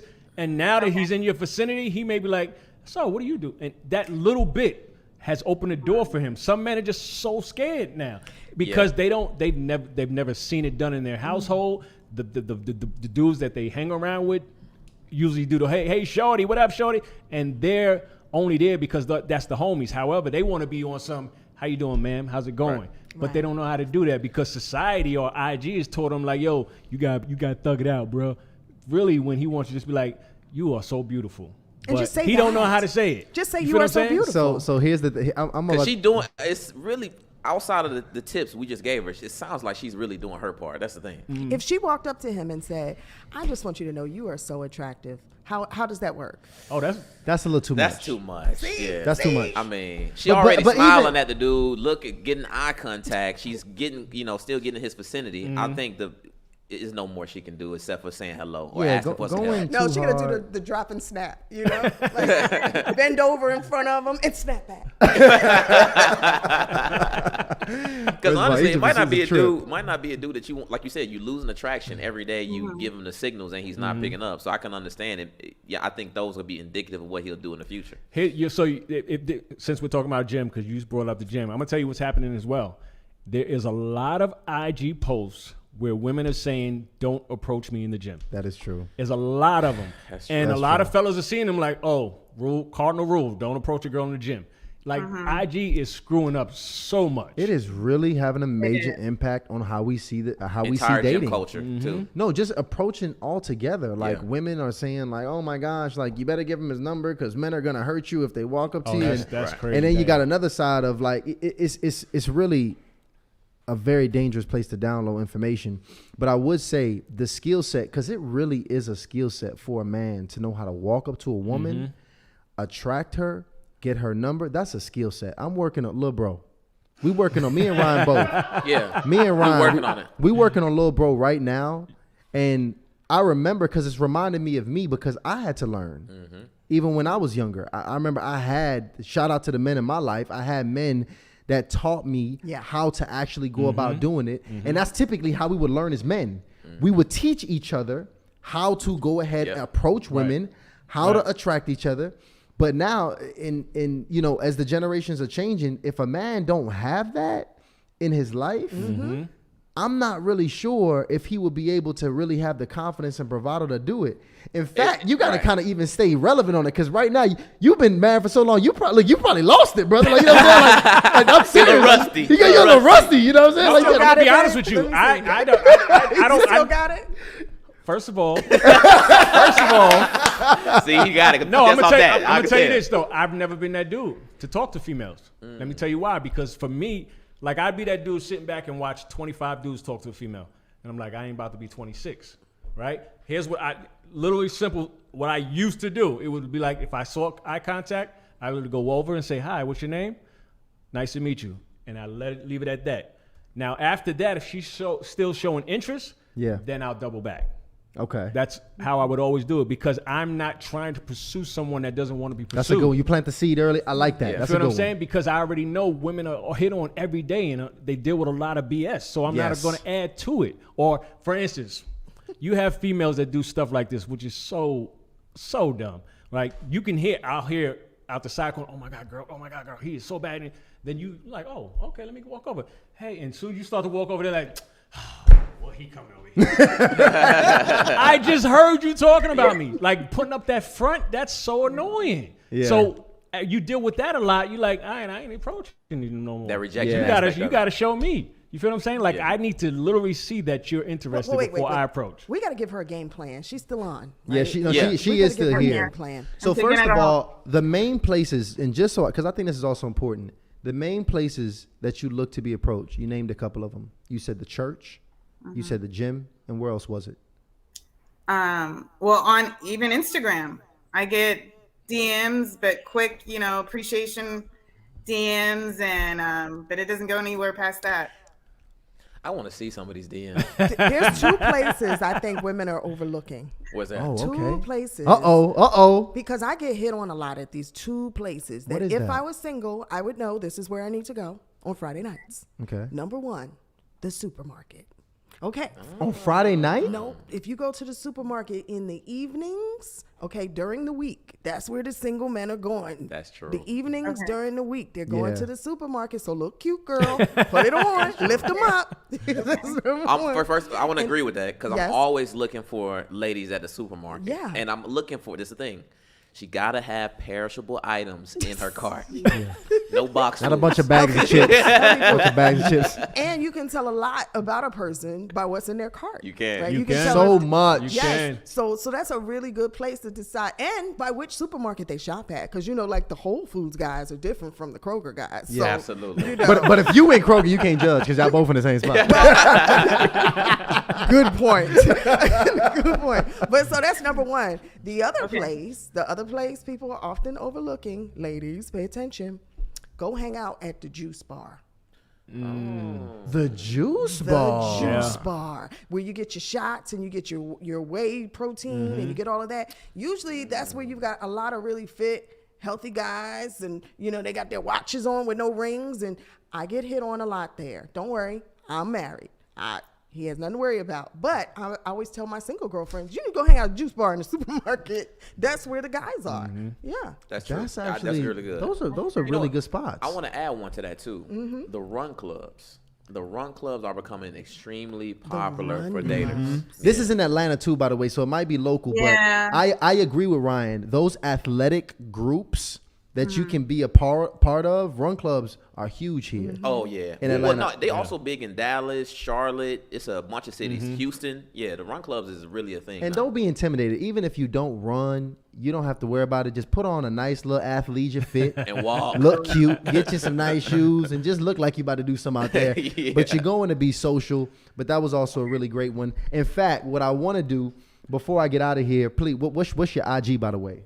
It's Janelle, Janel. ALI. Oh, sorry. Go ahead. So Janelle Elise, Janel, and then ALISE. That's my middle name, spelled just like that. Twin. Now I'm thinking if this guy don't step up to the plate this week, I mean it's a wrap for this dude. Yeah. So we're gonna give. How about this? I want you to approach him, okay? And give us, okay? Just send us an email at info@hardlyinitiated.com so we can hear feedback on how that approach went. So I actually want to hear how that approach goes. And when I say approach, just kind of just say, be good bait, like we talked about today. Ask a question. And by the way, I pulled up the IG just so we can kind of get a look at what's going on here because she said she's getting some DMs here. Okay, so she's at a sporting event. Okay, it's a sporting event here going on. She's with is that your child? My niece. That's your niece. Okay, that's a no-no. Wait. Now, do you have kids? Here we go. We got some action. She got the boobage out. So very important. Make sure that under that picture, make sure you put in there that is your niece. That's important. Niece. But some won't go that far. Yeah, they're videos. Okay. Let's see. Hold on. Go back to her page. This is it? We're joking, by the way. Yeah, I would say, remember we talked earlier about knowing that your social media page is your strongest marketing tool. You're marketing yourself. You're marketing yourself to employers. You're marketing yourselves also to other single people out there in the world who are just like you looking for someone, right? And so when I look at your page, it doesn't look to me like you are single and ready to mingle. It looks like you are settled in watching Netflix. So what I would say is probably reevaluate your page, even delete some things off that are giving the wrong message. What are the 3 branding things that you want someone to take away from you? Think about yourself like you're thinking about a business. When on our social media page, mine is real estate, design, and family. So every post you go to is real estate, design, and family in some fashion, right? So what are the 3 takeaways about yourself that you want everyone to know when they go to your page so that they'll leave with the impression of like, oh, so she works out and she's inspirational and she what? You're like, what are those 3 things? And make sure your page says that. People won't go past the first page. You're a brand. First of all, I'm gonna take that feedback myself. So that's actually really great feedback. And first of all, Janelle, thank you for coming up here and being a good sport and keeping it real with us. Definitely. But yeah, just keep us abreast with your situation, okay? Yeah. Okay, will do. Go get them. Later. It's so Go crazy. get them, Tiger. Because guys really don't know. And it is a lot of guys that they are doing really great things and they're really good dudes, but they get so clammy when it comes to talk to women. They do. Yeah. Let me give you a really funny story. So talking about Lil Bro, man, he's gonna really be pissed about it when for telling this story. Yeah. We gotta get him a camera. You gotta see his face right now. So we're working on a producer camera so you can see him back there. But it was this one day, it was just a ton of beautiful women on the belt line, which was crazy. Me and Ryan were walking. All 3 of us were walking, talking business, and he was passing up so many opportunities. And there was this one in particular. Context: Ty is an aggressive coach, by the way. Yeah, like Ty. Every opportunity, I'm trying to figure out what was psychologically going on. I'm like, what just happened there? Like, what just happened there? Why'd you let that go past? Like, what's going on? All right. So one woman in particular, it was just incredible. It couldn't have been more perfect. We're walking by her. She's on a bench, natural hair. She's reading a book all by herself, nobody around her. I'm like, Delano, this is it. This is your moment right here. Me and Ryan are walking by. She's on our left-hand side on the bench. Me and Ryan, I'm in the middle. Ryan's on the side. We walk by. Delano perfectly executes, strikes up a conversation. Instant action. Gets in good distance. Hey, what book are you reading? Great way to start the conversation. Next thing I know, I see them sitting together. Me and Ryan just keep walking. Yeah. I see them sitting together. They're striking up a conversation. I'm talking about there's so many women on the belt line this day. Just about 15 feet ahead, some young ladies having a picnic. We see them giving us the eye. Me and Ryan strike up a conversation with them, really just trying to wait and kind of buy time to watch him over there.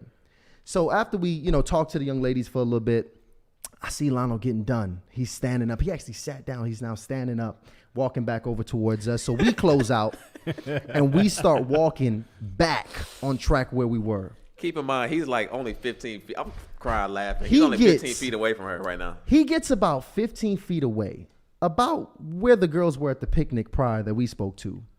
And he screams to the top of his lungs, insane! No, like, not only that. Celebrating the moment. He takes his fist, though. He takes his fist and he does like this Super Saiyan. It's like, insane! It's like, and I look. He loses it. And the girls we talking to is looking back at him. We looking back at him. But not only did he yell that, he continues to yell words. He's like, oh my blasphemous. He's just yelling words. Preposterous. Like he's just yelling. He like lost control of his emotion. He even hit like a little skip in there too. Like he was like. Ryan taps me and Ryan's like, yo, what the hell is wrong with that guy? Did he get her a number? And I'm like, I don't know. So that's what I'm thinking.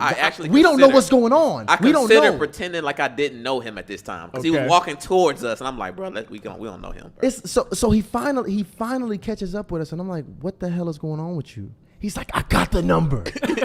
I got the number. Did you call her? Like, what happened? Let me tell you. First of all, as you probably can imagine, need a little bit backstory first though. Were you single before? Or how long were you single? Like, what made this moment so special? No. Because this the thing. He's been working on this. He's this. been really working. It's so just like what we're talking about with guys. Yeah. and he explained this, which I respect. He said it wasn't about her; it was the conquering the fear Okay. of approaching the young Yes. lady. So he was celebrating the fact that he felt like he more conquered the fear.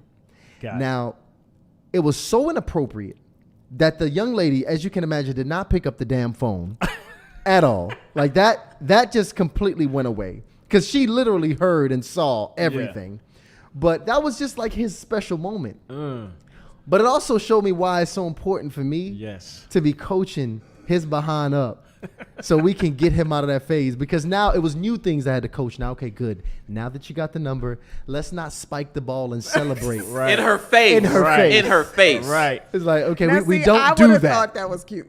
I would have got a kick out of that. I would have thought that was cute. Yeah, and you would Are also you, never are pick you up in the the phone. anime? You're not in the anime because that sounds like a whole anime. It walk was right anime. There. It was such a cartoon moment. It was, and even when we continued to walk, and we literally moved past that, and I asked Delano a question, and he responded telling me about the situation with the girl. I'm like, bro, I just asked you about business, but he was so focused on the moment. I asked him a question about business, and he starts to tell his answer was about how he got the girl's number. Like he wasn't even listening. He wasn't here. Yeah, He was still in that moment. He was out of body. Can I ask an out-of-pocket question? Go ahead. Please. So when you started to tell the story, you said it was perfect. Like she had her natural hair. Yes, She was pretty, yes, all of yes. that. And so I've heard a lot of men, when they're referring to women that they feel they're attracted to, they'll say, oh, she didn't have on any makeup. She Yeah, had her yeah. natural hair. So is it, by raise your That makes a hands, woman more approachable. when for we sure. don't wear makeup Yes. and when we have our natural hair. Yes. So you know Absolutely. that you guys have literally shrunk the dating pool. Is that why would you say we did? Like I don't know if that's really true. Well, at least for black women, most of us don't wear our own hair. I promote black women wearing your hair, baby. Rock that fro Or a natural wig. Rock it, Yeah. even a A natural natural- wig. natural- I natural like a style natural wig. wig. And what I'm saying is we may do it sometimes, but we like to mix it up, and that's just the reality. Mike will tell you, I'm a different woman every day. He make love. He like make love that. to 30 different women in a month. But I like that too, though. Just a different Facts. hairstyle every day. Facts. I like that too. Sometimes it's a ponytail.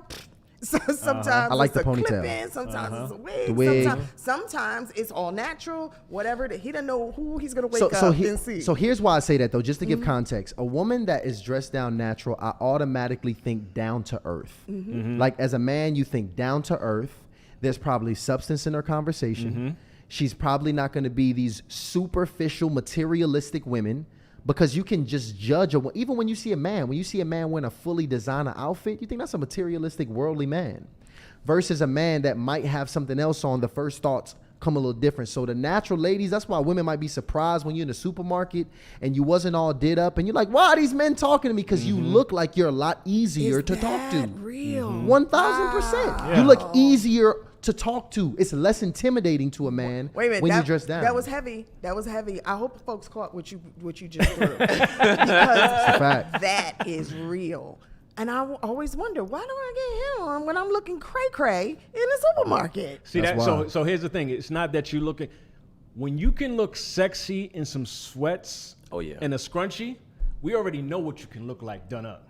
So that scrunchie Facts. and sweats, it's like, damn, she look good like that. And all the money we pay for makeup, all the money we pay for designer pocketbooks and shoes, and y'all could care less. Y'all want to see us in flip-flops and sweats. We can care less. It's really true. We can care less. Now, we do like a lady when it's time for us to go to the wedding or to the ball. Or out you for a gonna sexy look, date. You're going to look good on our Good, arm. good. Yeah. But, Good. But most of our life, I'm going to see you looking regular, natural, in your how you were born. That's how I have to look at you if I'm really going to be rocking with you. So I like to see that. Okay, can I just go ahead? Go ahead. You go ahead. first. You go ahead. I was gonna say now let's put some clarity to that though, because that can create some dangers, some danger zones. What I mean by that is, we're telling, hey, this is what we like you to look like, or we don't care what you look like. We do. No, I didn't say hold on, I didn't say No, care. I'm not saying you did. I'm just He saying made clear. you know Okay, how yes. IG, social media will twist it up. Well, you said, and he said, Yes. we do like the sweats and the scrunchies. However, we do like on Wednesday that, now she look good today. Yes. Thursday, and then you back to the scrunchies. Like, because you'll get hit with, well, you said when we first met, you take me as I am. Right. Because that happens in relationships, and it goes back to that work. You're giving 100%. You're dressing up beautiful every day for work, but then I always get the sweats. Always. But you're just saying natural. You guys just want like a pair of jeans, a cute top. You know, you got your natural hair, skin clean and glowing. Glowing. You look like you've been sipping on green drinks. Yes. That kind of. With That's oil on your skin. Your skin is shining. Yeah. That's what y'all want. Moisturize. Okay, so No, can I it's tell you something? Can clarity. It's not because again, people clip stuff up. It's not about that's what we want. It's attractive because you're comfortable in your own skin. Yes. So when you put the makeup on, it just adds to it. So does the idea of a woman who decides to throw on a gorgeous designer suit, some stilettos, her best jewelry, got her hair sharp, and she's got her makeup because her eyebrows are important to her, does that give you guys the impression that we're not comfortable in our own skin? Versus we love fashion, or we love makeup, or we love looking our best. It could be high maintenance though. Yeah, Like, see, you so think from expensive outside lifestyle. looking in, it can look like she's high maintenance. She could be materialistic. All the things that come with that whole look is associated with the high Can I maintenance. offer something to you guys to consider? What's Go that? ahead. Okay. You can be high maintenance, but maintain yourself. You can like really nice things, but be a wonderful person as well on the inside. You can love to dress up because that's your jam, but you also love to give back, and Right. you're a gifter, and you give equally to others as you do 100. yourself. So maybe just like peel that back. A dude can have 10 chains on and a full Louis Vuitton suit, and he could give to charity every weekend. Right. Yeah. But Right. that doesn't change the fact that when a woman sees him, she can be like, "Oh no, girl! Like he looked doing like too much. he looked like he be in the club. He looked like he just do this and that." Yeah. So we just can't help. But like you said, your brand, the way people look at you and see you, This is real. they automatically see things. And when we talking to single ladies about things that can help or hurt you being approached, all of those things do. And I'm not even against makeup, but even the makeup, have the makeup looking natural. I'm not even against wigs and like, what do you call those? Weaves?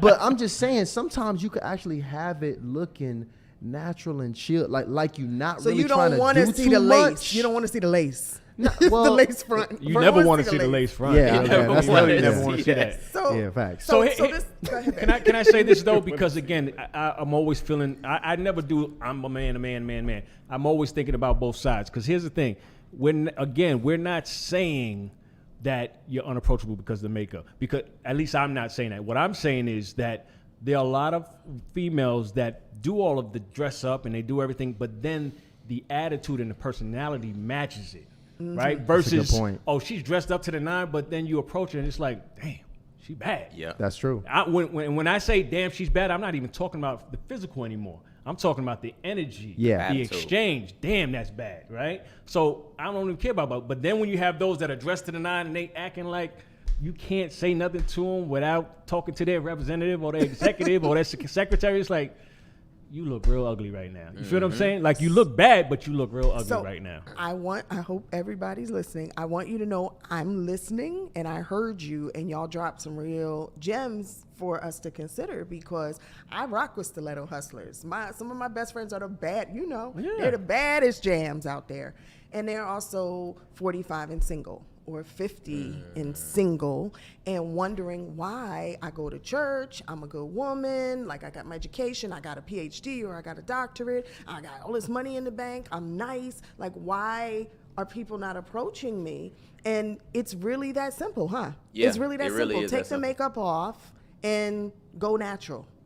Well, no. I don't want to summarize it like that. right. I don't want to summarize it. Just tone it down a little bit. Exactly. It's not even, again, I don't want to stress the makeup or anything specific.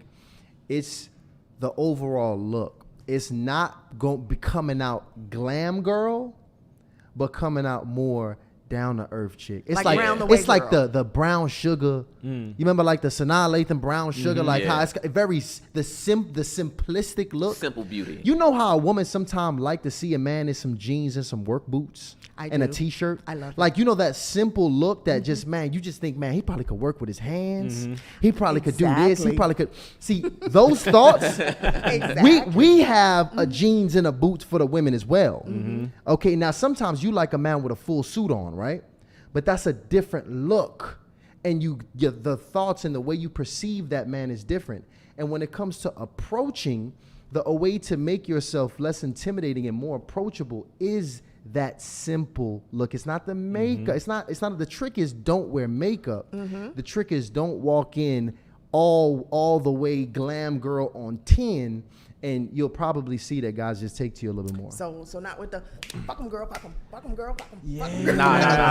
That sort of. Right. But I like how you brought the energy comparison in there too. Oh, yeah. Because that is a different thing. And I'm just hoping that when I see that, the energy matches. That's really what I'm hoping. And that's why when I saw that look and when I described that young lady, and I'm gonna be honest, I was spot on. The energy did match. Lionel, the energy match. He was like, she's a reader. Yeah. She was reading Ayanla. She was reading the Ayanla book. Yeah. She wants somebody to fix her life. She's working on herself. She's working on herself. She's working on herself. You go inside. Heal, baby, heal on the inside. And he spiked the ball on that one. Yeah, that's a whole nother episode how he lost the opportunity. Yeah. But I do want to show some respect for my little brother here because although he's working on that part, he's got a lot of other great things going on. He's a young man. He's left college to pursue the career with us in production and show business, so to speak. He is in the gym 5 to 6 days a week, extremely mature. He's reading scripture. He's invested in himself. He's learning more about business. But sometimes you can do all of those things and still kind of lack that skill to be a little socially awkward. Be a little socially awkward, exactly. Right. And be comparing yourself as a young man to other men. That's another thing. Because he skipped the college phase, another which thing. is drunk, high. Yeah, we had him drop out of college. He's with us. Right. So he's around Egypt and Mike at 20 years old. Folks, right. Really in a different space. Those conversations make a difference. Those conversations make a difference, but that's one thing social media is very dangerous, please, for ladies, because this is happening for the ladies too. Be careful using these people that you see as reference points and feeling levels of inadequacy that you should not be feeling at all. Oh, yeah. Because it's easy for all of us to feel like we have not arrived or we're not at this place that we're having in our minds when we actually right where we need to be. And we are fully valuable ultimately valuable just who we are at this point in our lives. And it's very easy for social media to steal that from you. And comparison take that kills piece. big time. 100%. Even if you're single, but especially in relationships, you have people that are trying to date and they automatically go to social media, which is crazy. Well, look at so-and-so and look at them. We should do this. And when it comes to relationships, you got to do what works for your household, what works for you and yours. That comparison will kill so much, and it's doing it right now. Yeah. Can I just go back real quick as far as the females and the whole dress-up thing? And right after this, we're going to bring somebody else up. Mike is passionate about this, right? Well, no, one of the smallest things that a lot of females lack, they don't smile. Yes. Smiling is, my goodness. He told me that, and I didn't realize I wasn't a smiler. You don't smile. You've been cheesing this whole time. I'm happy. But what I'm saying is when I was out single in the world, again, in New York, do we smile? You're from New York. Oh, do we smile? No. Because we're ready it's for anything, right? It's a sin to Don't smile. even get him started on New York women from New York. I already talked to New York women. That y'all already know. Tysean has an active beef with women from New York. No, I ain't got a beef. No, because the reality is, really, you're like in defense mode. A lot of these cities, these major metros, like especially if you're walking down the street, you don't know who's coming up on you. Yeah, so you just always ready to fight. You want to look like I'm born ready. Bring it. It is trauma. That city will put so much trauma on you, y'all. It's trauma. Right? Did you forget how to smile? You do. Yes, you did. And so he actually told me, he's like, you never smile. I was like, what you talking about? I smile. But yeah, I mean, in Georgia, will put a smile on your face. Man, when we first moved to Georgia, my parents were like, why all these damn neighbors waving at us when they drive by? What the hell going on around here? I'm like, look, we toxic as hell. I'm going to go ahead and bring Jenny up. Jenny's been backstage waiting patient. Jenny and Dre, so y'all what up, Jenny? How you living, sweetheart? Jenny, you on your lunch break? Hey there. What's up, Jenny? Where you at, Jenny? In New York. But she's smiling. Hey, way to have a smile on for us. I know exactly what she's saying, because I be getting that resting, bitch face, but, it's just an attitude, you get what I'm saying? Just how we roll. But deep down, I'm a happy, cheerful person. I'm not scared to smile if I got to smile.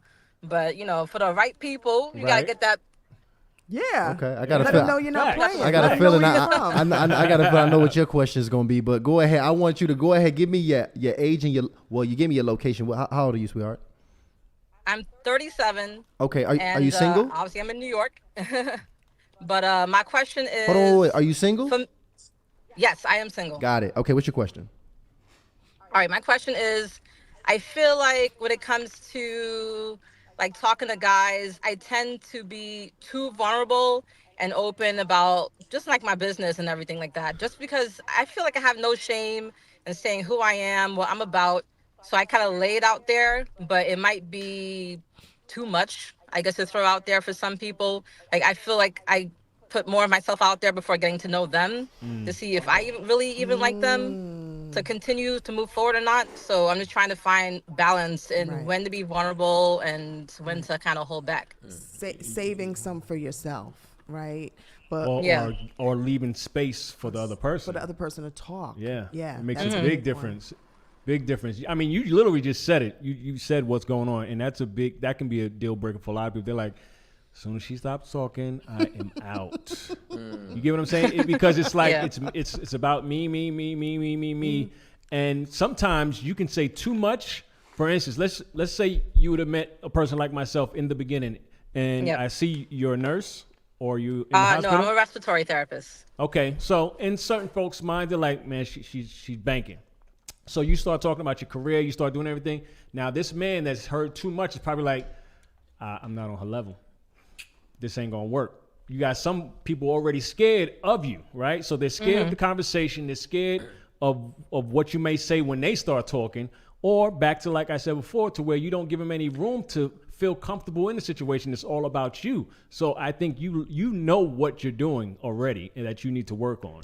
I'd love to offer just something to this conversation. Have you ever been in a relationship where you feel that you've disappeared? Meaning you've disappeared into that other person's life or their goals, or you feel like you're just what you were shrunk. Sometimes when you're in or entering a relationship with someone with a really strong personality and a really strong sense of self, and they're like extremely assertive, but they don't know how to leave room, it can make you feel very uncomfortable. And for someone who's been in a relationship like that in the past, if they find themselves sitting across from you, the same person they've dated 5 times already, right? Then they can run because they're like, here we go again. I'm going to lose myself. I'm going to shrink. Or, I'll spend a month with her. Next thing I don't know if I'm coming or going, right? Her goals become my goals. A lot of people struggle with that. And so what I would suggest that you do is, instead of leading with all this information about yourself, what's important to you, what you like, where your friends are, what you got, what your education is ask more questions rather than give more about yourself. And if you find yourself, you got to train your brain. So if you find yourself talking because I'm guilty of this, talking for longer than 60 seconds, pause for air to give them room to ask questions, or then end that 60-second with a question back to them about the same thing. Mm-hmm. The right man is gonna find you as well. So don't think you're like, I'm never gonna find anyone. And I say that to say because she said she's guilty of it, right? There's plenty of times where she would say, okay, babe, so this is what we're gonna do. I'm gonna say this, you're gonna say this. And she'll say what she said I was gonna say. And I'm like, okay, so I'm gonna be quiet then. And then I have to remind her later, so what was that about? So we're both from up top, so I understand exactly what you're talking about. So what my wife just said, though, the question part is crucial, because they'll start opening up, and then you guys can both engage within it in that conversation. And you're beautiful, and you smile, and you're New York. You'll have no problems. Just breathe. Yeah. Every 60 seconds, take a deep breath. Right. Jenny, thank you so much for coming up on here. Okay. Thank you. Appreciate you guys. Appreciate you. Blessings. Jenny need to get these cards too, so she can help out with them conversations. Bam. That'd make a difference. There you have it, Jenny. It looks like I got my brother back here. Oh yeah, let's bring him up. We got Dre back here. Shout out to the fellas. Love having a fella up on here. Dre, what's popping with you, brother? Hold on, wait. You got to go off mute. Unmute, Dre. Unmute, Dre. Unmute. Okay, unmute. Testing.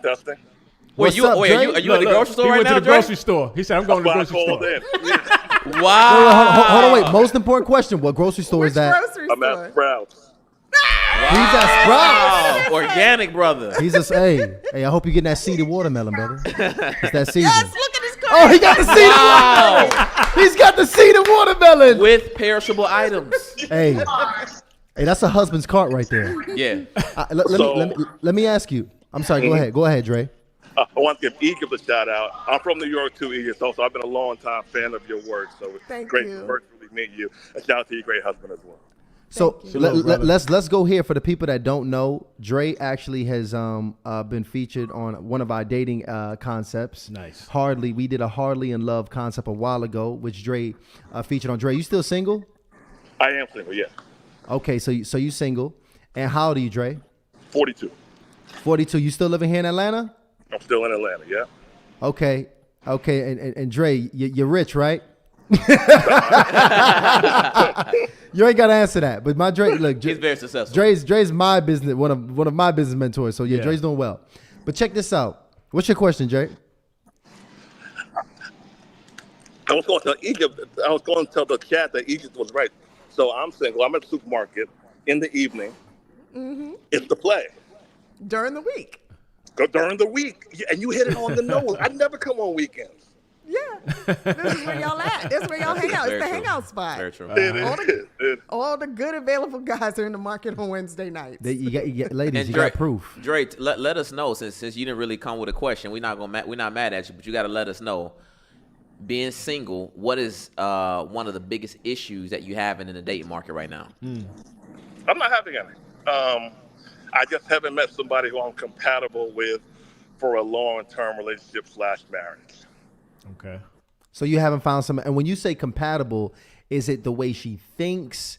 Is it more of her values? Like, give me just a slight bit of detail when the issues when you're saying compatible. They don't cook. Is it the cooking? I only date women who cook. I'm like Ryan with that one. I only date women who cook. There was a woman who I was into a little while ago who I was into. We went on a few dates, and she wasn't into me. And there's been a couple of women who I was into, but I didn't look at them as a wife. Nothing wrong with them. Interesting. Okay, go 2 hours over. Go 2 hours over. I bet you she's there. Bet you she's there. All right, let's do it. Hey. Go ahead. Let's see. Let's see who's on. Ain't nobody here. Go 3 hours over. Go 4 hours We just over. put the invite out, so now they'll be coming. Hey, look, listen, ladies. Now y'all know Sprouts. That's where the single brothers is at. Yo, Dre. First of all, I appreciate you, man. Thank you for coming up on here and validating the spots. Matter of fact, Dre, give us one more spots. A woman who's single, where could she find a brother like you? Where would you typically say is a good spot to find brothers like you? A rooftop, especially if it has a pool.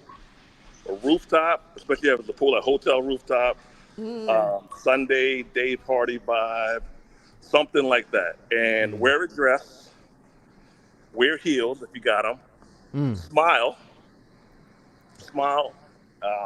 And if you like a guy, so I had a woman the other day compliment me. She hit me on the shoulder, complimented me. Oh, cool. And we hit it off. So rooftop. You're getting some comments. He's getting some comments from the women who are like, "Oh snap, he's fun. Where's he at? With y'all? What's his IG? Hey, Dre, drop the IG right now, Dre. What's your IG? It's my name. It's Andre C. Hatchett. Andre C. Hatchett. There are fake accounts, so it's the one with 47,000 followers or 43,000. Bam. Let's slick flex. You know what? We should have Egypt critique his social media. I mean, you gonna throw it out there. We're gonna see. We're gonna see if husband material or not. The difference is, he said he's not having any issues. Well, no, I still want to see. I mean, he said he's single. He having some issues. Wait. He catching the wrong ones. Drake, I mean, are you dating intentionally? Yeah. So I don't need to marry every woman I meet. We can still have a good time even if we're not marriage compatible. Can I ask you something though? Yeah. Can I critique your cart first? Yeah. I want to Let's see the cart. What does your cart say about you? Watermelon, water, alkaline water, turkey, 1% fat, bam. cashew, Yeah, he cares tomato, about himself. lemon, watermelon again, oat milk, banana. So You care about yourself. It's dairy-free. And you have high standards. Yeah, and he's related to a bird, Right. and a squirrel. And he recognizes quality. Where the meat at? What I mean, he got ground turkey. said he Oh, got okay. turkey, I'm like, 100%. he like he on a fruit fast over there. Well, right? and it's a weekday, so he It's a week. You know, Okay, yeah. see the thing It's a about little weekday touch-up. shoppers, they'll do a little bit on Monday, come back on Wednesday, get a little bit more if they need some more. That's You true. get what I mean? That's true. So Okay. the car's not going to be full during the weekday for Because the most part. he already So done bought the bottom line- foundational pieces already. So if you want to stay single, go to Costco and buy in bulk. But Check if you want a date, then buy a little bit at a time, 3 nights a week. So this is That's smart. this is Andre Hatch's page. Okay, This is let's Andre see. Hatch's Let's see page his right here. page. See, and I want to see more of him let's see because, the- like, he's an attractive fellow. He's got a smile. He's got a sense of humor. I want to see more of you, Andre. I don't want to see all Okay. these people. Where you at? Like every two. Okay, there we go. Now it is. What I would say is get a cadence of your posting. Every 2 posts that you post something else, post a picture of yourself. Will do. So every 3 posts, I don't have to scroll all the way down to see more of you. Oh, we got muscles. Who's that? Little flex right Yeah. Like, there. Okay. Every 2 posts is somebody else. Post something about yourself, and then mix Okay. it up. Like get you in the gym on one, get you in the suit on another, get you in the Okay. supermarket on one. You know. There you go. Okay, I see sounds him. like a plan. Sounds like Hey, a plan. there you go. Shout out to I appreciate Dre. the feedback, Egypt. Yep. Hey, Dre. Hey, much love to you, brother. Appreciate you, boss. Give it the weekend. Let's hang out. Let's do For it. sure. Ciao. Supermarket shopping. Y'all Man, have shout a out fun. to Y'all Dre, have a man. fun show. Yeah, well, I'm having a good time with y'all. Y'all cool. Thank you. Y'all cool for real. No, really, honestly, and y'all giving the people a lot of game tonight because Yeah. the chat is really going crazy. We got over 1,500 people. I want to make an announcement to everybody in the chat right now because y'all have been asking for this. So I'm letting you guys know, the family, now, even before it's even fully in place. This August, guys, we are having our first ever Hardly Initiated event. It's happening this August here in Atlanta. Dope. If you have not already filled out for the wait list, you need to go ahead and complete the wait list now because everybody that signs up for that wait list is going to receive something very special and going to be the first ones to know when it launches. But y'all will hear a lot more over these upcoming weeks, but it is happening this August, somewhere mid-August. It's a lot going on in August, so we're trying to figure out that just right date. So go ahead, guys, sign up for that event wait list because it is happening. All right. Incredible. Dope. Real quick, before you bring up Angela. Angela, listen in the back. We got you coming up, but I want to read some of these super chats. Shout out to Practitioner, who we actually met at one of our first meetup in Houston. sure actually met her. did. She says, my date brought the HI deck to our date Sunday. Just attend an HI event. You know what's crazy? So it looked like she met somebody at that Houston event. I'm curious, Practitioner, is that the same gentleman that you met? I want to know because I seen that brother. It was the tallest brother in the room. It was. She had a 6'6" brother.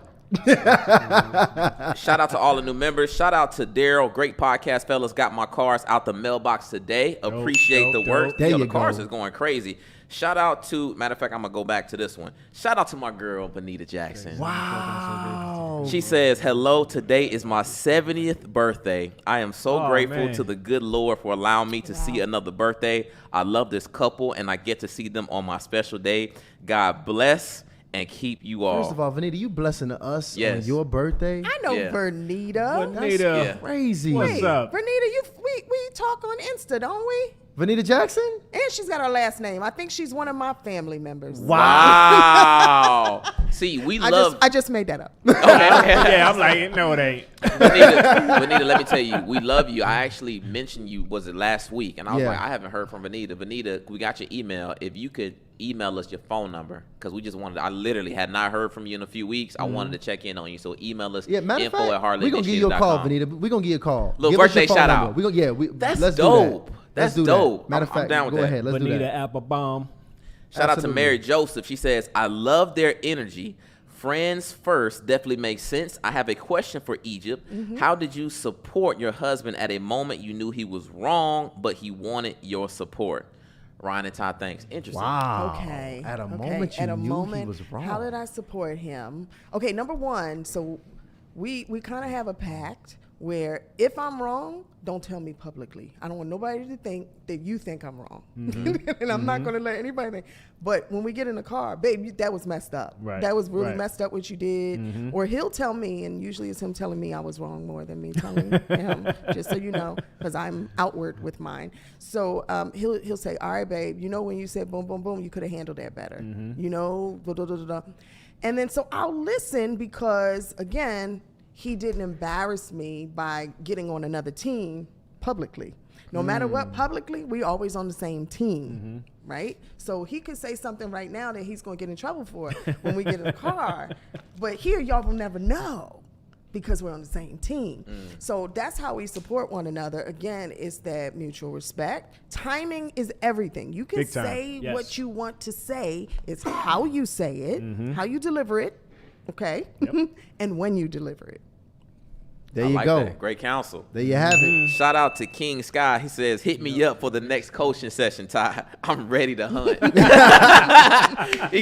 we got a new program coming out for all the dogs. Hey, don't worry. We got you, fellas. We So have got them out you. on the belt line. I'm going to have them. Right, I'm going to have right. The wolf pack. training session. Training, walking in a straight file, single file line out there. I'm going to have them ready, y'all. Go ahead. Shout out to Lost in Translation. Is it possible that a certain level of adornments indicates a different level of maintenance, potentially even insecurities? That men looking for marriage will consider these to be red flags depending on the setting. I think that's probably a question for Mike. Adornments. And like, listen, don't be using them big words when you ask the question for us, okay? Keep it simple. wait, like jewelry? Is that what they're saying? Or Yeah, what, I'm what do you trying to mean? Okay, so- decipher. So is it well, pull it back up because we're going to have to pull the dictionary out for this one here. Adornments is Well, usually like accoutrements. right. Things that spell that. She know, but listen, he just trying to flex. We don't know what that means either. Accoutrements. AC trements. All right. First of all, I graduated top 10% of my You- class, y'all. All right, don't you play can, with you me, can y'all. put certain things together in a certain sentence like that and make it mean something totally different. Pull it back up again. Yeah, there we go. Okay, There we go. adornments. The level of Indicates a different adornments. level of maintenance. Damn. So is it like if we wear eyelashes I get what and she's- we I get what wear she's saying. all these hair I got something for y'all. pieces? Listen to I get this. what she's saying. Yeah. I get exactly what she's saying.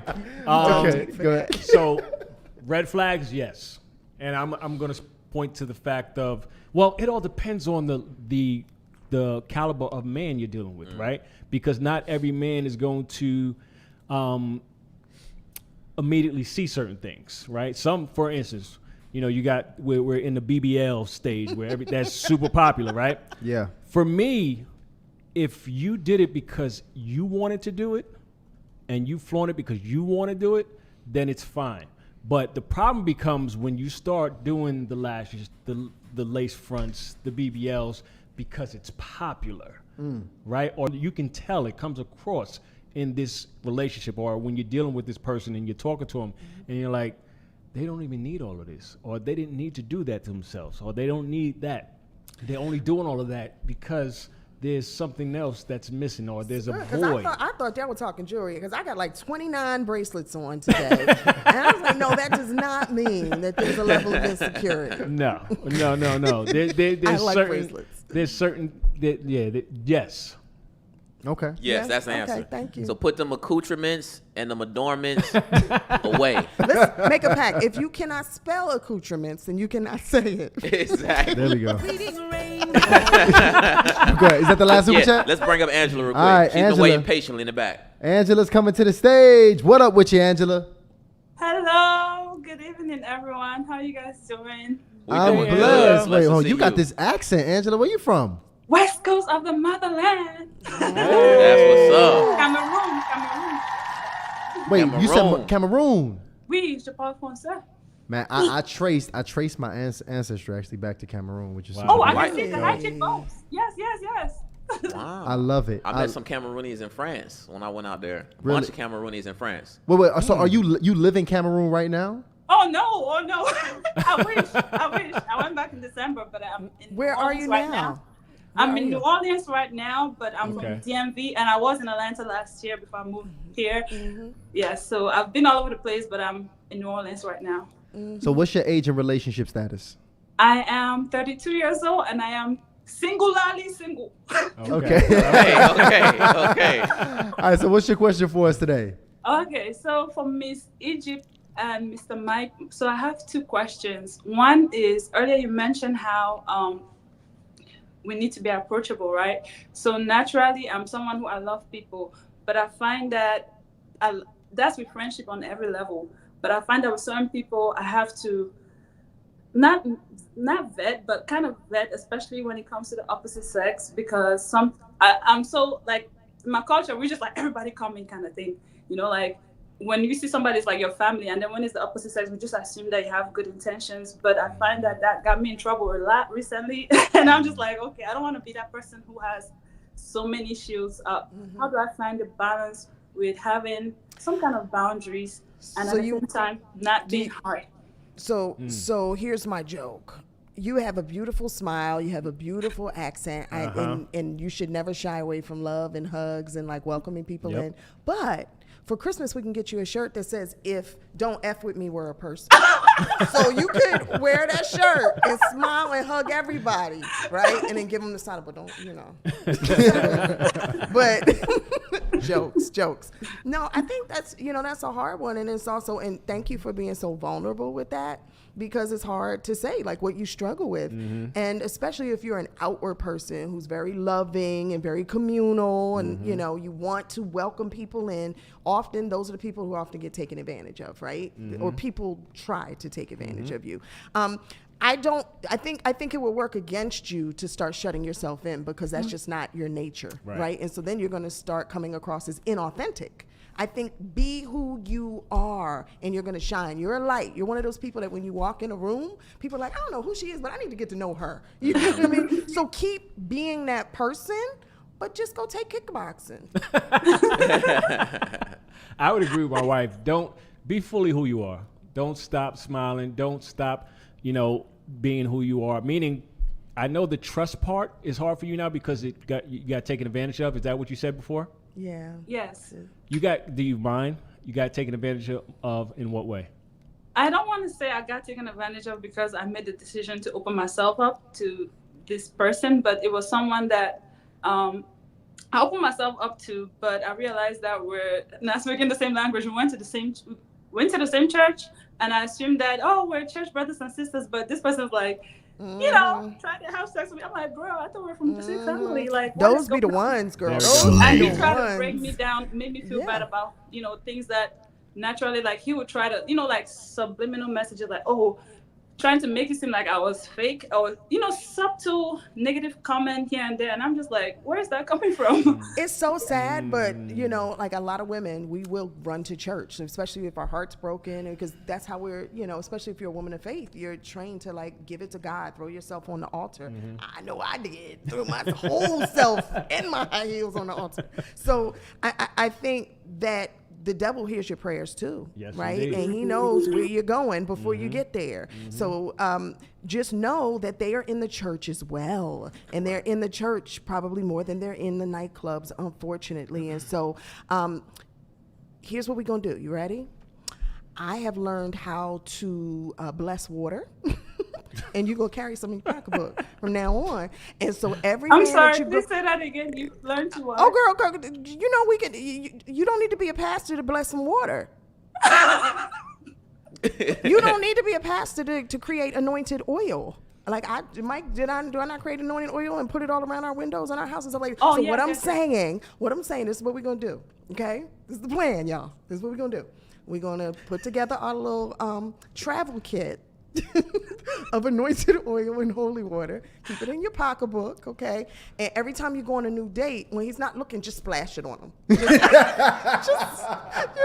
Just like, and if he doesn't jump back or burn, then you know that he's really a man of God. Hey, you heard that? Listen. We studying Matthew right now. Jesus gave us all authority. Boom! He gave us all authority. And then you say 3 names from the Bible, mix it in, and like, I'm gonna have that lobster Matthew, David, the one that right? Yeah. We're gonna weed him out that way. So if his skin just start to sizzle a little bit when the water hit him, he ain't the one. Yeah, he ain't the one. There you go. Well, listen, you got some really good game just now. Nice. Yo, what's up with y'all though? The hotline going, like you see people logging in right now. We got fellas logging in, ladies logging in. Honestly, they done got it spiced up. We got to get this thing rolling. Angela, you got a beautiful smile, man. I'm gonna let you go ahead and enjoy your day. Big shout out to you and everything you got going on. Please, info at Harley Initiated. Let me know how this progresses for you, okay? Can I put this out there too? Since it's part of this topic, because I just saw this topic go crazy. This one young lady had a friend that's been in the friend zone for a long time. All of a sudden come on to her, and it took her way off track. She was like, I can't believe he did that. Wow. And then the comments went stupid to where they were like, every man is just waiting for his moment. So I'm throwing that out there. Do you agree with that, fellas? That men and women can't be friends? No, they can be friends, but let's say, for instance, they could be friends for 20 years. The moment she goes, you want to do something tonight? Yeah.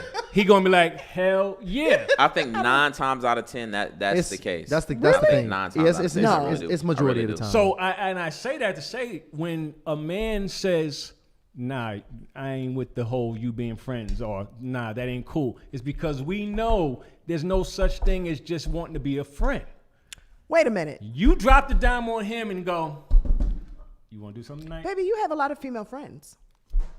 Yeah, but listen, I do have a lot of female friends. We said 9 times out of 10. Right. This is that one. Okay, But let's be clear. Look, and a lot of those friends are your friends. That's true. And see, it's a lot of extraneous circumstances around it that could just make it. Don't try to cover that up and speak past that. And it is different if they're really your friends that now Mike has adopted. That's different. Exactly. So you guys think that's true?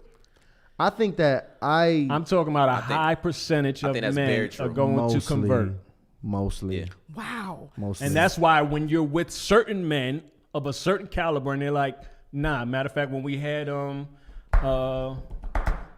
we were going back and forth. Don't say names. I'm not. Okay. But you remember. I remember. We were laughing our heads off, but he was right there with me with the, nah, that ain't nobody's friend. Because he saw it. Like, we see it. Mm-hmm. And I know we went way left, but I only got here because of the conversation with her. Okay. But we know, for the most part, even if he's in church, even if he's in the supermarket, wherever he at, for the most part, he trying to get in. And he's human, and it's an opportunity. Yeah. And if you're in a relationship, especially, hopefully your significant other is putting in those love deposits. But if you also around a friend who's also putting in love deposits as well, they're to listen to you. You got a shoulder to cry on. So if it comes a rough patch in your relationship, then all of a sudden you opened up to potentially make a mistake. So I understand why a man wouldn't want certain other men to be around his woman and vice versa. Speaking of that, I got a brother backstage that's coming on here. Big shout out to my brother Nolan. We got Nolan coming to the stage. What's up with you, brother? Hey, how's it going, guys? Can you hear me? What's up with you, brother? Brother got a haircut to come on the show tonight? Yeah, you got a nice smile. Okay, cool. Okay, I see you. I see you popping, bro. Look, I don't know if you know the protocol, but we got to figure some things out. What's your age and location? I'm 33, and right now I'm currently in. Oh, the ladies want to know he froze. Wait, what? Hold on.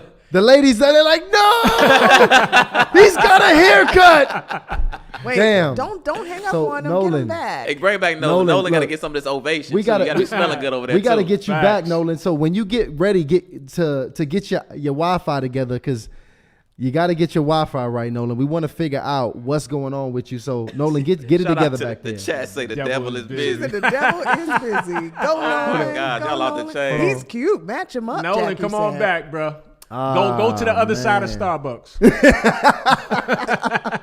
Yeah, he legit lost it. It's okay. Shout out to Faith Will says, why do men think they're the catch nowadays? Didn't we talk about that earlier? We did. We talked about that. See, that's what I said. It's just this different mentality that I'm seeing out here where, and I think what it is, the dating pools got so many people who like men who don't want the women, right? And then it's like, well, when we find a straight man in Atlanta and he's got a job and he's got an education and he looks good, he's a catch, right? And everybody's chasing him type of thing. It is really, this is what I'm hearing from the women out here. I live vicariously through my ladies who date. I want to hear everything that's going on. And this is what they're saying. It's like they have to be aggressive to go and get the guy. Now check this out. I was reading this book. It's a really, really good read. It's called The Oracle, the Queen, the Princess, and the Whore. It talks about the 4 archetypes of men and women. And those were the 4 archetypes of a woman. And it talks about the 4 archetypes of a man is a slave, a peasant, a knight, and a king, right? Now, he makes a very interesting and bold statement that there aren't many kings, right? So for a man to ascend to a king, it takes a lot of hell. It takes a lot of hard work. It takes him to battle, to slay his own demons and to really get his morality in track and his life and kingdom on track all at once. Now, what it also says is most of the women, they want knights and they want kings. Knights are still brothers that have found their purpose. They're on the conquest. They still quite haven't slayed their demons, right? They still getting their morality together, but they do have some momentum and purpose. They're getting things done, probably like that high value man that you would describe that has achieved some level of material success, but still working on some other things. Now, just for the lack of the story, for the understanding of the story. For clarity, I didn't define that as a high value man. What the world typically you say describe as this high value man. Let's just call him the knight, if you will. Now, the knights and the kings, what he describes what women really want. And what he even goes as far to say is that women will rather be a whore to a king than a queen to a slave or a peasant. And that's the reality of how he says women just are designed to move and to want to actually build with. So when you consider this, because that was a very bold statement. I talked to Ryan about that, and it's very interesting when you think about that. Because when you consider that, it's not many kings, right, out here that's available. And let me ask you, do you even subscribe to that statement? Oh, it's so interesting. And you see, I'm sitting here just kind of thinking it out. I'm not sure if I subscribe to it, but I definitely think that it has some level of validity. It does. Right? But I'd like to propose something else. Okay. I'd like to propose that a man could never be a king until he's found his queen. Right. Even when you think about what would happen back, you can think about medieval times and when there really were kings and queens, you could not be a king unless you were married. You would be a prince when you were married, then you would inherit your kingdom. Yeah. Does that make sense? So you could be a knight, but how do you know if you're a king if you've not yet shown and proved that you can be a provider? That you can care for and take care of your kingdom. Who are you a king to? Are you a king to yourself in the mirror? Do you put sticky notes on your mirror and say, I am the king? I mean, do you see what I'm saying? So my thought is, okay, maybe you have grown and you're ready to ascend to king level, but how can you ascend to king level without your counterpart? Okay, just a thought. But I mean, it's really interesting. Yeah, for a few reasons, because yes, I think that is the mentality. As a matter of fact, I think that is There's a mentality. A lot of it going mentality on. of many is like, I'll have a piece of something great rather than help build something. The young great, lady in the waitress, great my own. the waitress, the waitress she we was talked ready about earlier. Yeah. However, I would like to throw this out there. I think that we all have the ability. God creates us to be enough. We are born enough. We are born equipped with everything that we need to reach our highest level of potential, right? Often there has to be an impetus for it. There has to be, there's someone that inspired us, or we saw something, or we see a need to rise into our power. Otherwise, we'll sit. But we won't rise into our power. A lot like women who men say, like, she's so mannish. And it's like, well, I can't rest in my femininity until you rise into your masculinity, right? So we need often an impetus. I would love to just introduce to many women that every man has the ability to be a knight or to be a king with the right inspiration, guidance. And sometimes it is better to take somebody out of slavery. Okay, think about that for a second. Take his ass through the Underground Railroad. Okay, if he's got the potential, do you know what I'm saying? Right. If he's got the character to be, and you see the king in him. I see the king in you. I saw the king in you. Right? You saw the queen in me. I see the king in you, and I'm willing to do that, because if he's a king already, or if he thinks he is a king already, what's left for you? What's left for you? Where do you fit into that kingdom? Yeah. No, that's really great perspective. Very good perspective. Because when you talk about going after those lower halves of like the slaves and the peasants to like be able to see the greatness in a man that might be in that phase of his life, that it takes vision. But there's somebody takes sitting vision. there critical right now and doesn't like what I just said. So can I address that? Yes. Somebody's sitting there like, girl, Egypt, I was with you till you said that. I'm not going to take somebody and they scrub a dubs, you know, and he's sitting, no scrubs. I'm not doing it. And I'm not saying the bottom of the barrel, and I'm definitely not saying, you know, give everything to somebody and, you know, settle. I'm not saying that at all. But I'm saying if you find the characteristics of a king in a man whose financial situation or circumstance is not yet reflecting of a king, if you will, then can you work with that? Like put the pieces of the puzzle together, because sometimes God's going to give you a box, a gift, and it ain't going to have a red bow on it. Do you see what I'm saying? Yeah. You're going to have to put that red bow on it. Somebody out there right now talking about Egypt. You said I want a king, but he at Burger King. You can't do it, baby. All right, how about But let me this? tell you this. I say that I throw that out there as a joke, but when we reverse it, right? When it comes to men, we can walk into a Burger King and see a female and be like, "Wow, she could be back there smiling, Oh, absolutely. giving us the business," and we're like, She don't belong back there. "Boom." All right. What'd But you now say? you flip She it. don't belong back you there. Flip, now you flip it. That girl comes in and see you behind Burger King. She ain't giving you the. Nah. She not looking at you at all. I'm not gonna throw But now, names. mind you, he could be at Burger King because that's his third job, right? Working on his masters, living at his mom's because he's trying to save money to buy a bigger house for his mom's and himself, right? But you didn't see. You don't want to hear. You don't even want to hear that You just picture. want the glory, not the story. You want to see him already as the king. So working at the Burger King ain't going to work for you. So now when he's done that night shift, goes to the glamorous job, now he got all his money in the house. You like, "Hey, babe." He's like, "No, I saw you at Burger King. You didn't even say hi to me." You know what I mean? And I know it's a hard reality for some, because a lot of women right now are going, I don't have time to be trying to help somebody out, right? And we deal with that a lot in society. Again, dealing with the IGs and the social medias and the comparison, and it kills all the time. And I'm not saying that's everyone's right. What I mean by that, meaning fellas, don't just assume.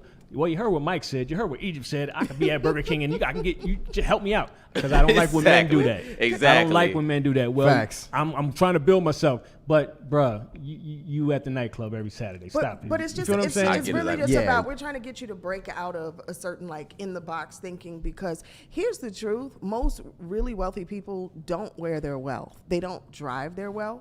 You know, they don't pour it into designer sneakers necessarily, or buy the hottest car. Most really wealthy people are putting it in their portfolio and they're putting it in real estate, and they're not wearing.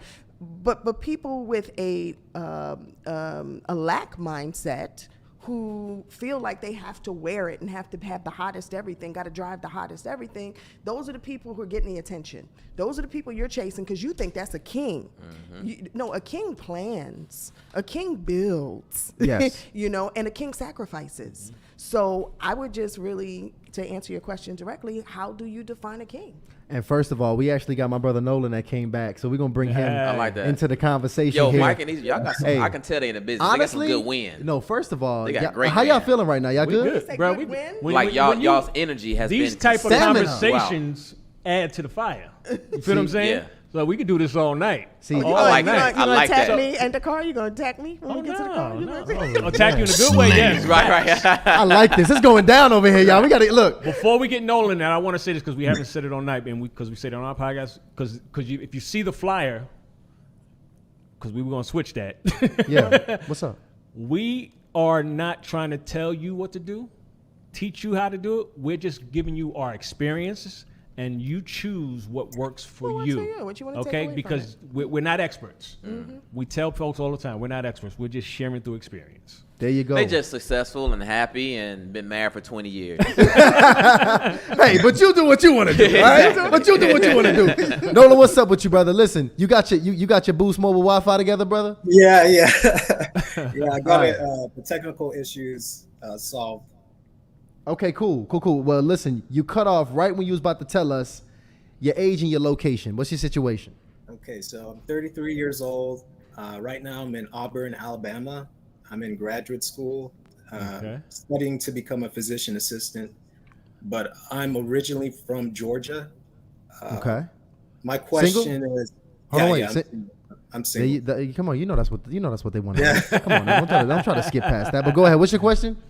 How or when should a guy let his his real intentions known after he's accepted friendship from a lady? Hold on, and we was just talking about this.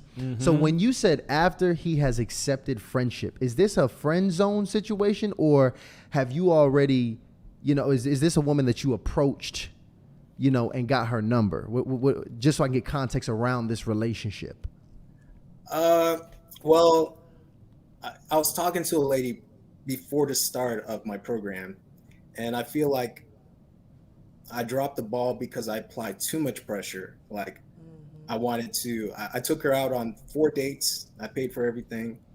And I just wanted that reassurance. And I think I just, with the walls of text I was texting, that kind of messed it up. So let's slow down here. You took out 4 dates on what span of time? I would say 4 weeks. So a date per week. Okay, a day per week. Okay. So you went on a day per week. That's really not that crazy. But you saying you were overly texting her is what was going on? Yeah, we were talking for a month prior to the dates, and I let my intentions known from the get-go, like, hey, So you have no swag, is what you're saying. Oh no! Keep it 100, Egypt. You gotta help him. Give him the truth. Listen, she gonna break it down. Okay, because Egypt about to go. I was going. Listen, go ahead. She about to Kevin Samuels your ass real quick. Go ahead. No, Egypt. I'm not. I would never. Number one, congratulations. On being in school and all of that. He's got a beautiful smile, and that's important to us. Just a handsome brother. No, I agree. You said it's important, to guys when women smile. It's important to us to see a guy smile as well. He takes care of himself. Good grooming as well. But you're thirsty. So here's what I'll say. Most women, we won't admit it, we want the good guy packaged as a bad guy. Does that make sense? Oh, and it's horrible, and that's just the ugly truth. In other words, way to keep it real, Egypt. It's real. Thank you so much. It's real. It's sort of like when you're too good and you're too attentive and you're too. It's like, what's the catch? Wait a minute, what's the catch? Are you psycho? Are you going to be peeking in my window? What's going on? You're too. So what I would venture to say is, don't change who you are. No. Change your approach and cadence. A lot like what we told the lady earlier, right? Yeah. It's maybe every 2 times she texts, and these are games that we're playing. Yes, they're games. Yeah, it's games. Okay, it's games. But sometimes you got to play the game to win in the beginning. And so for every 2 texts that she sends you, because you know how you are, you wait until she texts you once or twice, and then you respond. Don't always be readily available and. I'm available to go on a date on Friday night. Okay, I'm there. I'm taking you. Where do you want to go? Like, all right, let me check and see. Me and my boys, we had some plans. If Friday doesn't work, what's the next day that might be available for you? Even if when she said it, you're going on Friday. It's just you want her to think that maybe you're busy and you got a life outside of her. And see, here's the thing, and I want to add context because people get really upset when you start talking about how to be more strategic about how you approach. Yeah. But I want you to understand this. We can all agree that you can talk to a woman too much or approach her too much. We can also agree that you can pretty much talk too little. So that sweet spot right in the middle, that's the game. That's when we talking, you need to know you need to have game. That's game. To be right in a sweet spot where you're not overly doing nothing or you're not underly doing nothing, but you know how to do it right where you're not scaring nobody away. I just spoke to a young lady who she's 39 years old. She wants to be married. She's had relationships that wasn't working. And guess what? She's got a brother who's literally a doctor.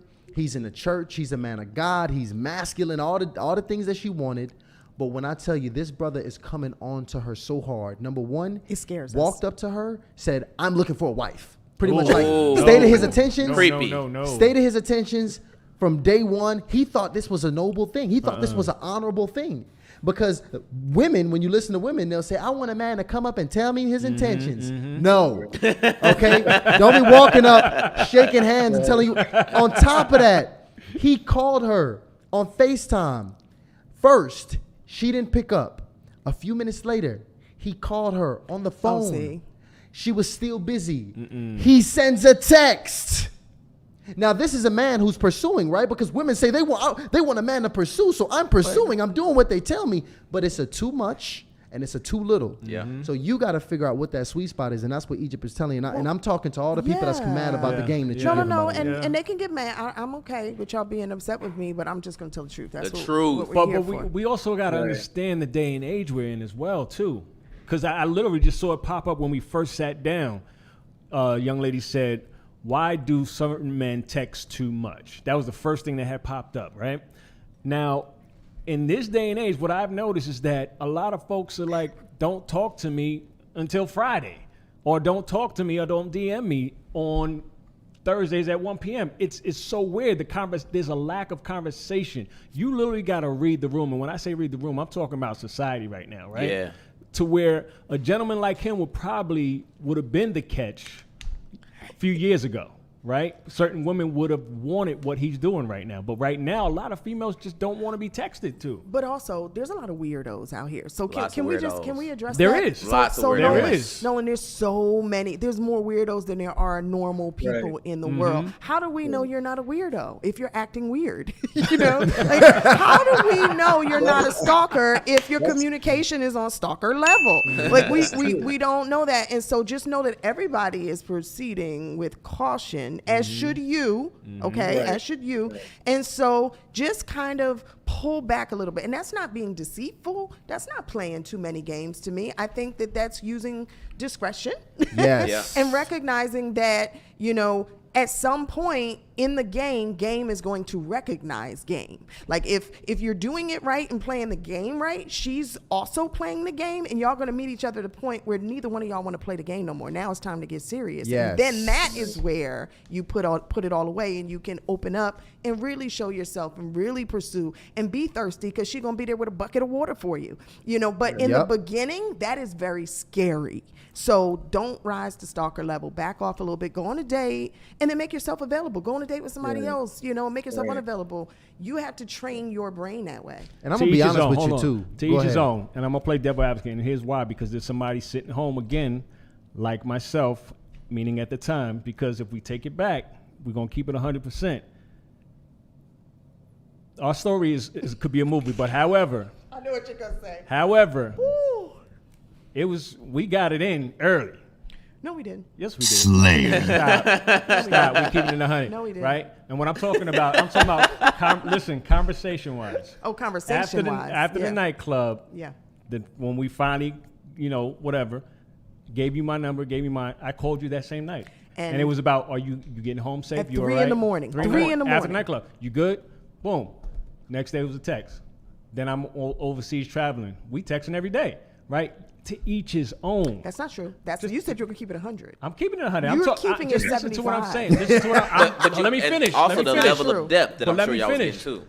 Again, remember I told you she kept putting up the walls. I kept getting hit with the, you know I'm dating, right? Oh, you know I'm going out tonight. I knew she was playing games, but I already knew she was my wife, so I was in a different mindset than she was. But he got weird, is what I'm saying. Didn't I pull back? Yeah. However, 20 years later, I'm here.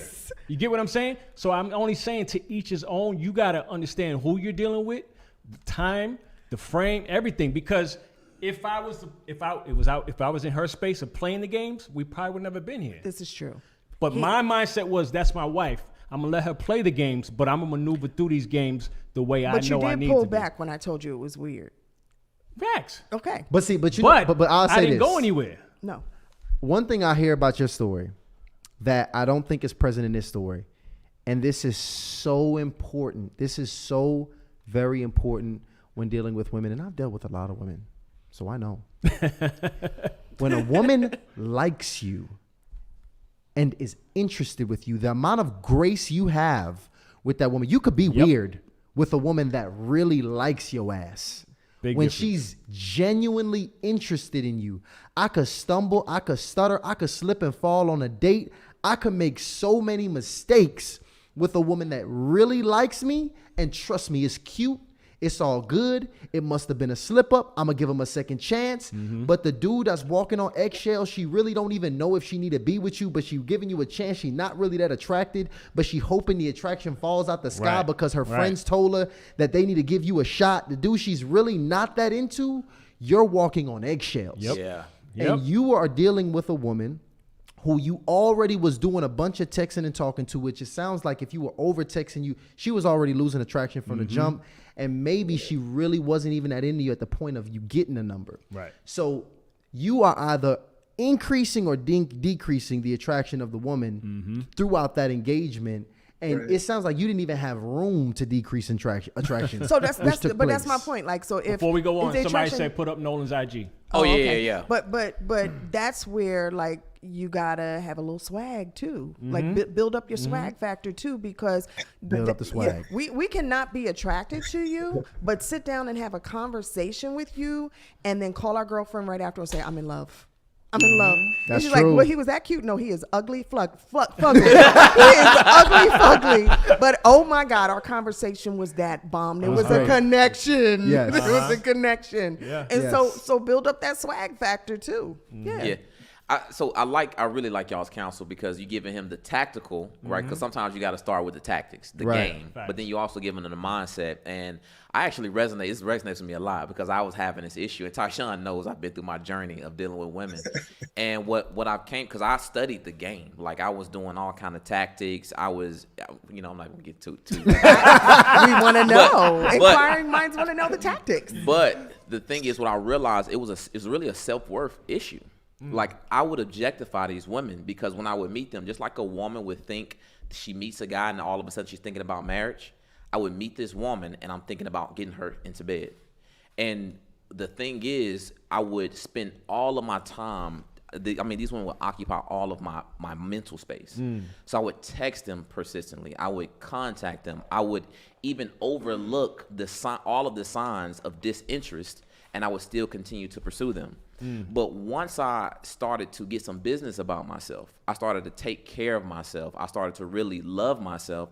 And I realized I wouldn't even do that with a woman because I value myself. So I'm not going to spend all day texting a woman and I haven't had that depth of conversation. I haven't actually considered if this is a woman that's best for me versus Nolan, I'm sure is thinking, hey, what can I do to get this woman? Yeah. Hey, can I ask Nolan? Nolan, what does she do and what do you do for work right now? She works in the laboratory science department. At What the do you do for time, work? at the time I was working as a tech in the hospital, and she was in the lab department. And one day I just summoned the courage to, ask for a number.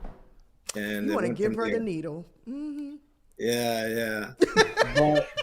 but to add some context, I didn't text her to the point of like stalkerish level, but she did say that we didn't have to text every day, and her preferred method of communication was through text. I never FaceTimed her. I never called her. Damn, she said she preferred Yeah, text. yeah. That's savage. Text. Yeah, so she it's probably put you in a zone. that's low interest. Already. The friend zone. That's very low Yeah, interest. yeah. You might have been, already starting behind the finish line on that one. But Right. But for him to continue to think about that, she said only text me. For him to continue to deal with that woman after she said that, that's low self-worth. It's nothing else. Yeah. You don't value yourself to even be receptive of the signals where this woman is telling you, hey, I don't want to deal with you. So what is about this woman? Think about that. You don't even know this woman, but you value her so much that you would actually ignore all of the signs. So really, bro, like I'm telling you, you need to get into some scripture. You need to get into some James Allen, some books that is going to get you feeling a lot better about yourself. So when you go into those interactions with women, you're okay with taking it easy and actually getting to know the person on the other side versus objectifying them and trying to get to a finish line. And that's the only thing. And I used to talk, man. Me and Ryan used to have these conversations too, man. That's the only thing, because you do got to learn the game. But see, the tactics it's a 3-step process. It's be, do, have. When you learn the tactics, you try to master the do so you can have. So it's really a shortcut. The being is really where it all happens. That's where you become somebody different. The journey. So what Ryan is telling you about, get around some great men, read books that change the way you think about life and yourself.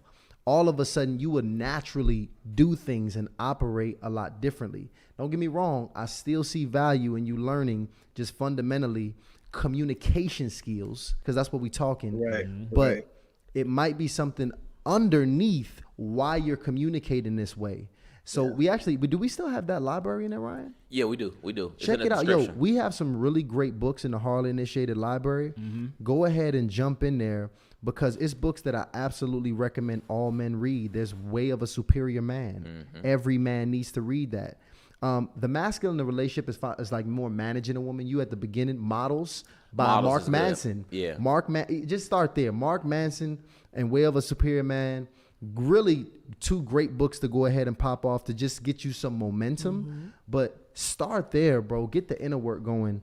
And I absolutely want to hear how this progresses. So please, I do too. info at hardlyinitiated.com. Let me know. I want to update. I want to bring you back on the show. He is going to be good husband material, though. He's husband material.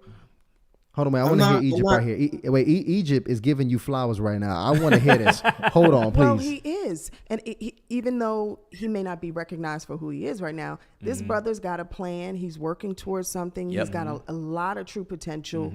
He may not recognize, and I think that was great feedback, Ryan, who you are and whose you are yet. Right. But the reality is when you come into that power, oh my gosh, he's a knight about to be a king. He is going to be an amazing husband and leader for somebody, and you can tell he's going to be devoted. You know, he cares a lot. He leads with his heart, and not enough people lead with their heart anymore. Can I say this too that we're missing out on or hasn't been said? She probably just wasn't the one for him. Absolutely. Right? You get what I'm saying? He may not be a texter. His conversation or the way his power may be in actual conversation, right? And he never had that opportunity because the thing she said was, only text me, even though that's the red flag right there. Her loss. That's her saying, her loss. Listen, I don't really want to talk. Her loss. Can I throw something out there that might not be popular? Go up, please. Okay. Y'all gonna like, womp Egypt. Look at us, we're talking about dating. But you said something earlier about the destination and what you were trying to get to. You would approach these women and then start dating them, and you were trying to get them to bed. That was the goal. That was the goal. Is that really always the goal? Like, are men dating to find a wife, or are you dating to find a sex partner? No, I agree. I think men should be doing the one you said first, the finding a wife. Well, but that wasn't the question. No, it wasn't. But the reason I ask is I feel like if we all, as a people, not just men, not just women, but if we all as a people really truly knew the power we possess and how energy works and how it's transferable, we would be more selective with who we let in and out of our body. Truly, because every sex partner you have, every person you sleep with, every person you date that gets intertwined, now you're on a soul train with them, right? Which means that same energy is coming on down the car. Whatever they get blessed with, you can get blessed with. They got bad karma, it's coming on down the car. You know, and we would just, I think, be a little more selective, you know, and really save ourselves. Not that I have, but no, listen. I'm just saying, you know, we learn as we grow. As clearly you have grown a lot. Clearly you've grown a lot. It's just like, you know, that shouldn't be the goal. That shouldn't be it, to try to bet a woman or man. There you have it. I'm with you. Nolan, what you got here? Before we let you go, Nolan, I want to hear that statement that you was about to make. There's no update. I don't talk to her anymore. I'm just focused on like growing spiritually, reestablishing my relationship with God, and just focusing on studies right now. And, you know, I'll see if, you know, when I'm ready to date again. But for now, I'm just focused on therapy. I realized that, like what you guys mentioned, like the desperation and the self-worth, like I need to really hone in on those things and make sure that I present myself in the best way possible, you know, to my future wife. But when I date, my intention is to just settle down. I'm getting up there in age. I'm 33, so I don't want to rush things, but at the same time, I don't want to come into the relationship ill-equipped. I want to be the best version of myself. So Ooh, I love that statement. I do want to invest in a dating coach, in the future, so I can know the do's and don'ts. And I will start reading, increase my library of books that I need to read. And I like that. Hey, It's let me not tell on you. you, it's in you. It ain't on you, it's in you. And I'm going to tell you right now, let me tell you, this chat is going absolutely nuts. Now, here's the thing. I don't know if you're ready for this kind of pressure, because online is a different beast. Yes. Because when these women come at you, you gotta be way of a superior man. Just go ahead and cop it now. Right. But do you want to drop this IG? Because literally one woman said, "Please don't drop it because I already slid." So like somebody already found you. Do you want to drop it? Do you want to bring these women into your life? Because if I give you IG, your DMs, You got to know which ones to say no to too. No. They were you know what? crazy. Go ahead and drop it. Drop the IG. We're gonna teach this man a valuable life lesson. Just say it. Just say it. Just say it. No, I'm not ready. Oh, he said no. Hey, listen. That's a good brother right there. Yeah. Ladies and gentlemen, this is a good brother right here. At least he knows. He said, I'm not ready for that. Hey, listen. Nolan, how about this? How did y'all They gonna find him? you, though. How? Facial They're out recognition. there. Y'all are out there. it's Ladies, crazy. they're out there. Stay encouraged. They're out there. They're just not on the hunt. Let me tell you, Nolan, listen. This what we're going to do, Nolan. Watch this. I'm going to do something very special. Go heal. Go get some damn swag. Right. And we're gonna bring you back. We're gonna do a special dating episode featuring you. I love it. We're gonna feature you, baby. All right. We're gonna find somebody very That would be special. dope. That 'Cause let would me be tell you, I dope. got wives. They gonna hold you to that. I got wives all in the chat. The Harley initiated ladies are fire. A lot of wives. Like trust me, it's wives all up in here. And as y'all can see, we got some knights up in this joint too, ladies. All right. So don't play with your brothers that's up in the chat right now. But Nolan, much love to you, brother. Make sure you keep in touch with us, okay? Thank you guys for all your advice. Thank you. Absolutely, man, bro. that's dope. No one's cool, man. Yeah. Man, I He's a like good him. dude. First of all, first of all, you know who I like? I like Egypt and damn Mike tonight. Hey. Big shout out to Egypt and Mike. I had a good time. Yeah. This kind of felt like Y'all we are were just good kind at of talking. You was kind of with your people at we was just kind of at a restaurant having a conversation kind of vibe. You know what I'm saying? And listen, we got some people in the back, but guys, I'm sorry. I thought we would be able to get to you. So please don't hesitate to call back up to the hotline. But unfortunately, we can't get to you today. But I will tell you this, guys. What y'all need in your life are these hardly in love cards, guys. Go ahead and get them right now. They're in the description, 100 open-ended questions to make sure you having fire conversations like we have here on the show. And I gotta talk about Yes, the they do have a blessing we got pod today. too, by the way. Because let me tell you, ladies, if y'all got somebody special in your life, a man in your life that you want to get them a gift, this here incredible black-owned Cologne Ovation. right here. Man, Ovation. And we got the link in the description for this here too, right? We're going to make sure we have the link there. So go ahead. It's in there if now. y'all need some and I'm going to drop it sense, in the chat right now. Father's Fellas. Day is coming up. Father's Day is coming up. Add it to your collection. And, hey, Nolan, go ahead. Hey, we said we're going to get your swag up right here, all right? Let's start with this. Facts. Right, get you some Harley and Love cards to get your conversation right and make sure you got your smells sure you right. smell This good. your whole pack right here, Nolan, all right? This the Player starter kit for you. pack. The player pack. No, I'm tripping. The husband material pack. There you go. There you go. There you have it. Hey, man, I love you guys so much. Y'all know every Monday and Wednesday we bringing it, but tomorrow night, Thursday night, we doing something ultra special. My brother, my man, Tariq Nasheed is in town, so we doing a special impromptu live tomorrow, Thursday night. So y'all having a marathon of Harley Initiated. We're going to be here today and tomorrow night, special one time only Thursday night, and back next week. We will be back to you every Monday and Wednesday, but y'all know how we do it. Harley Initiated. We are out.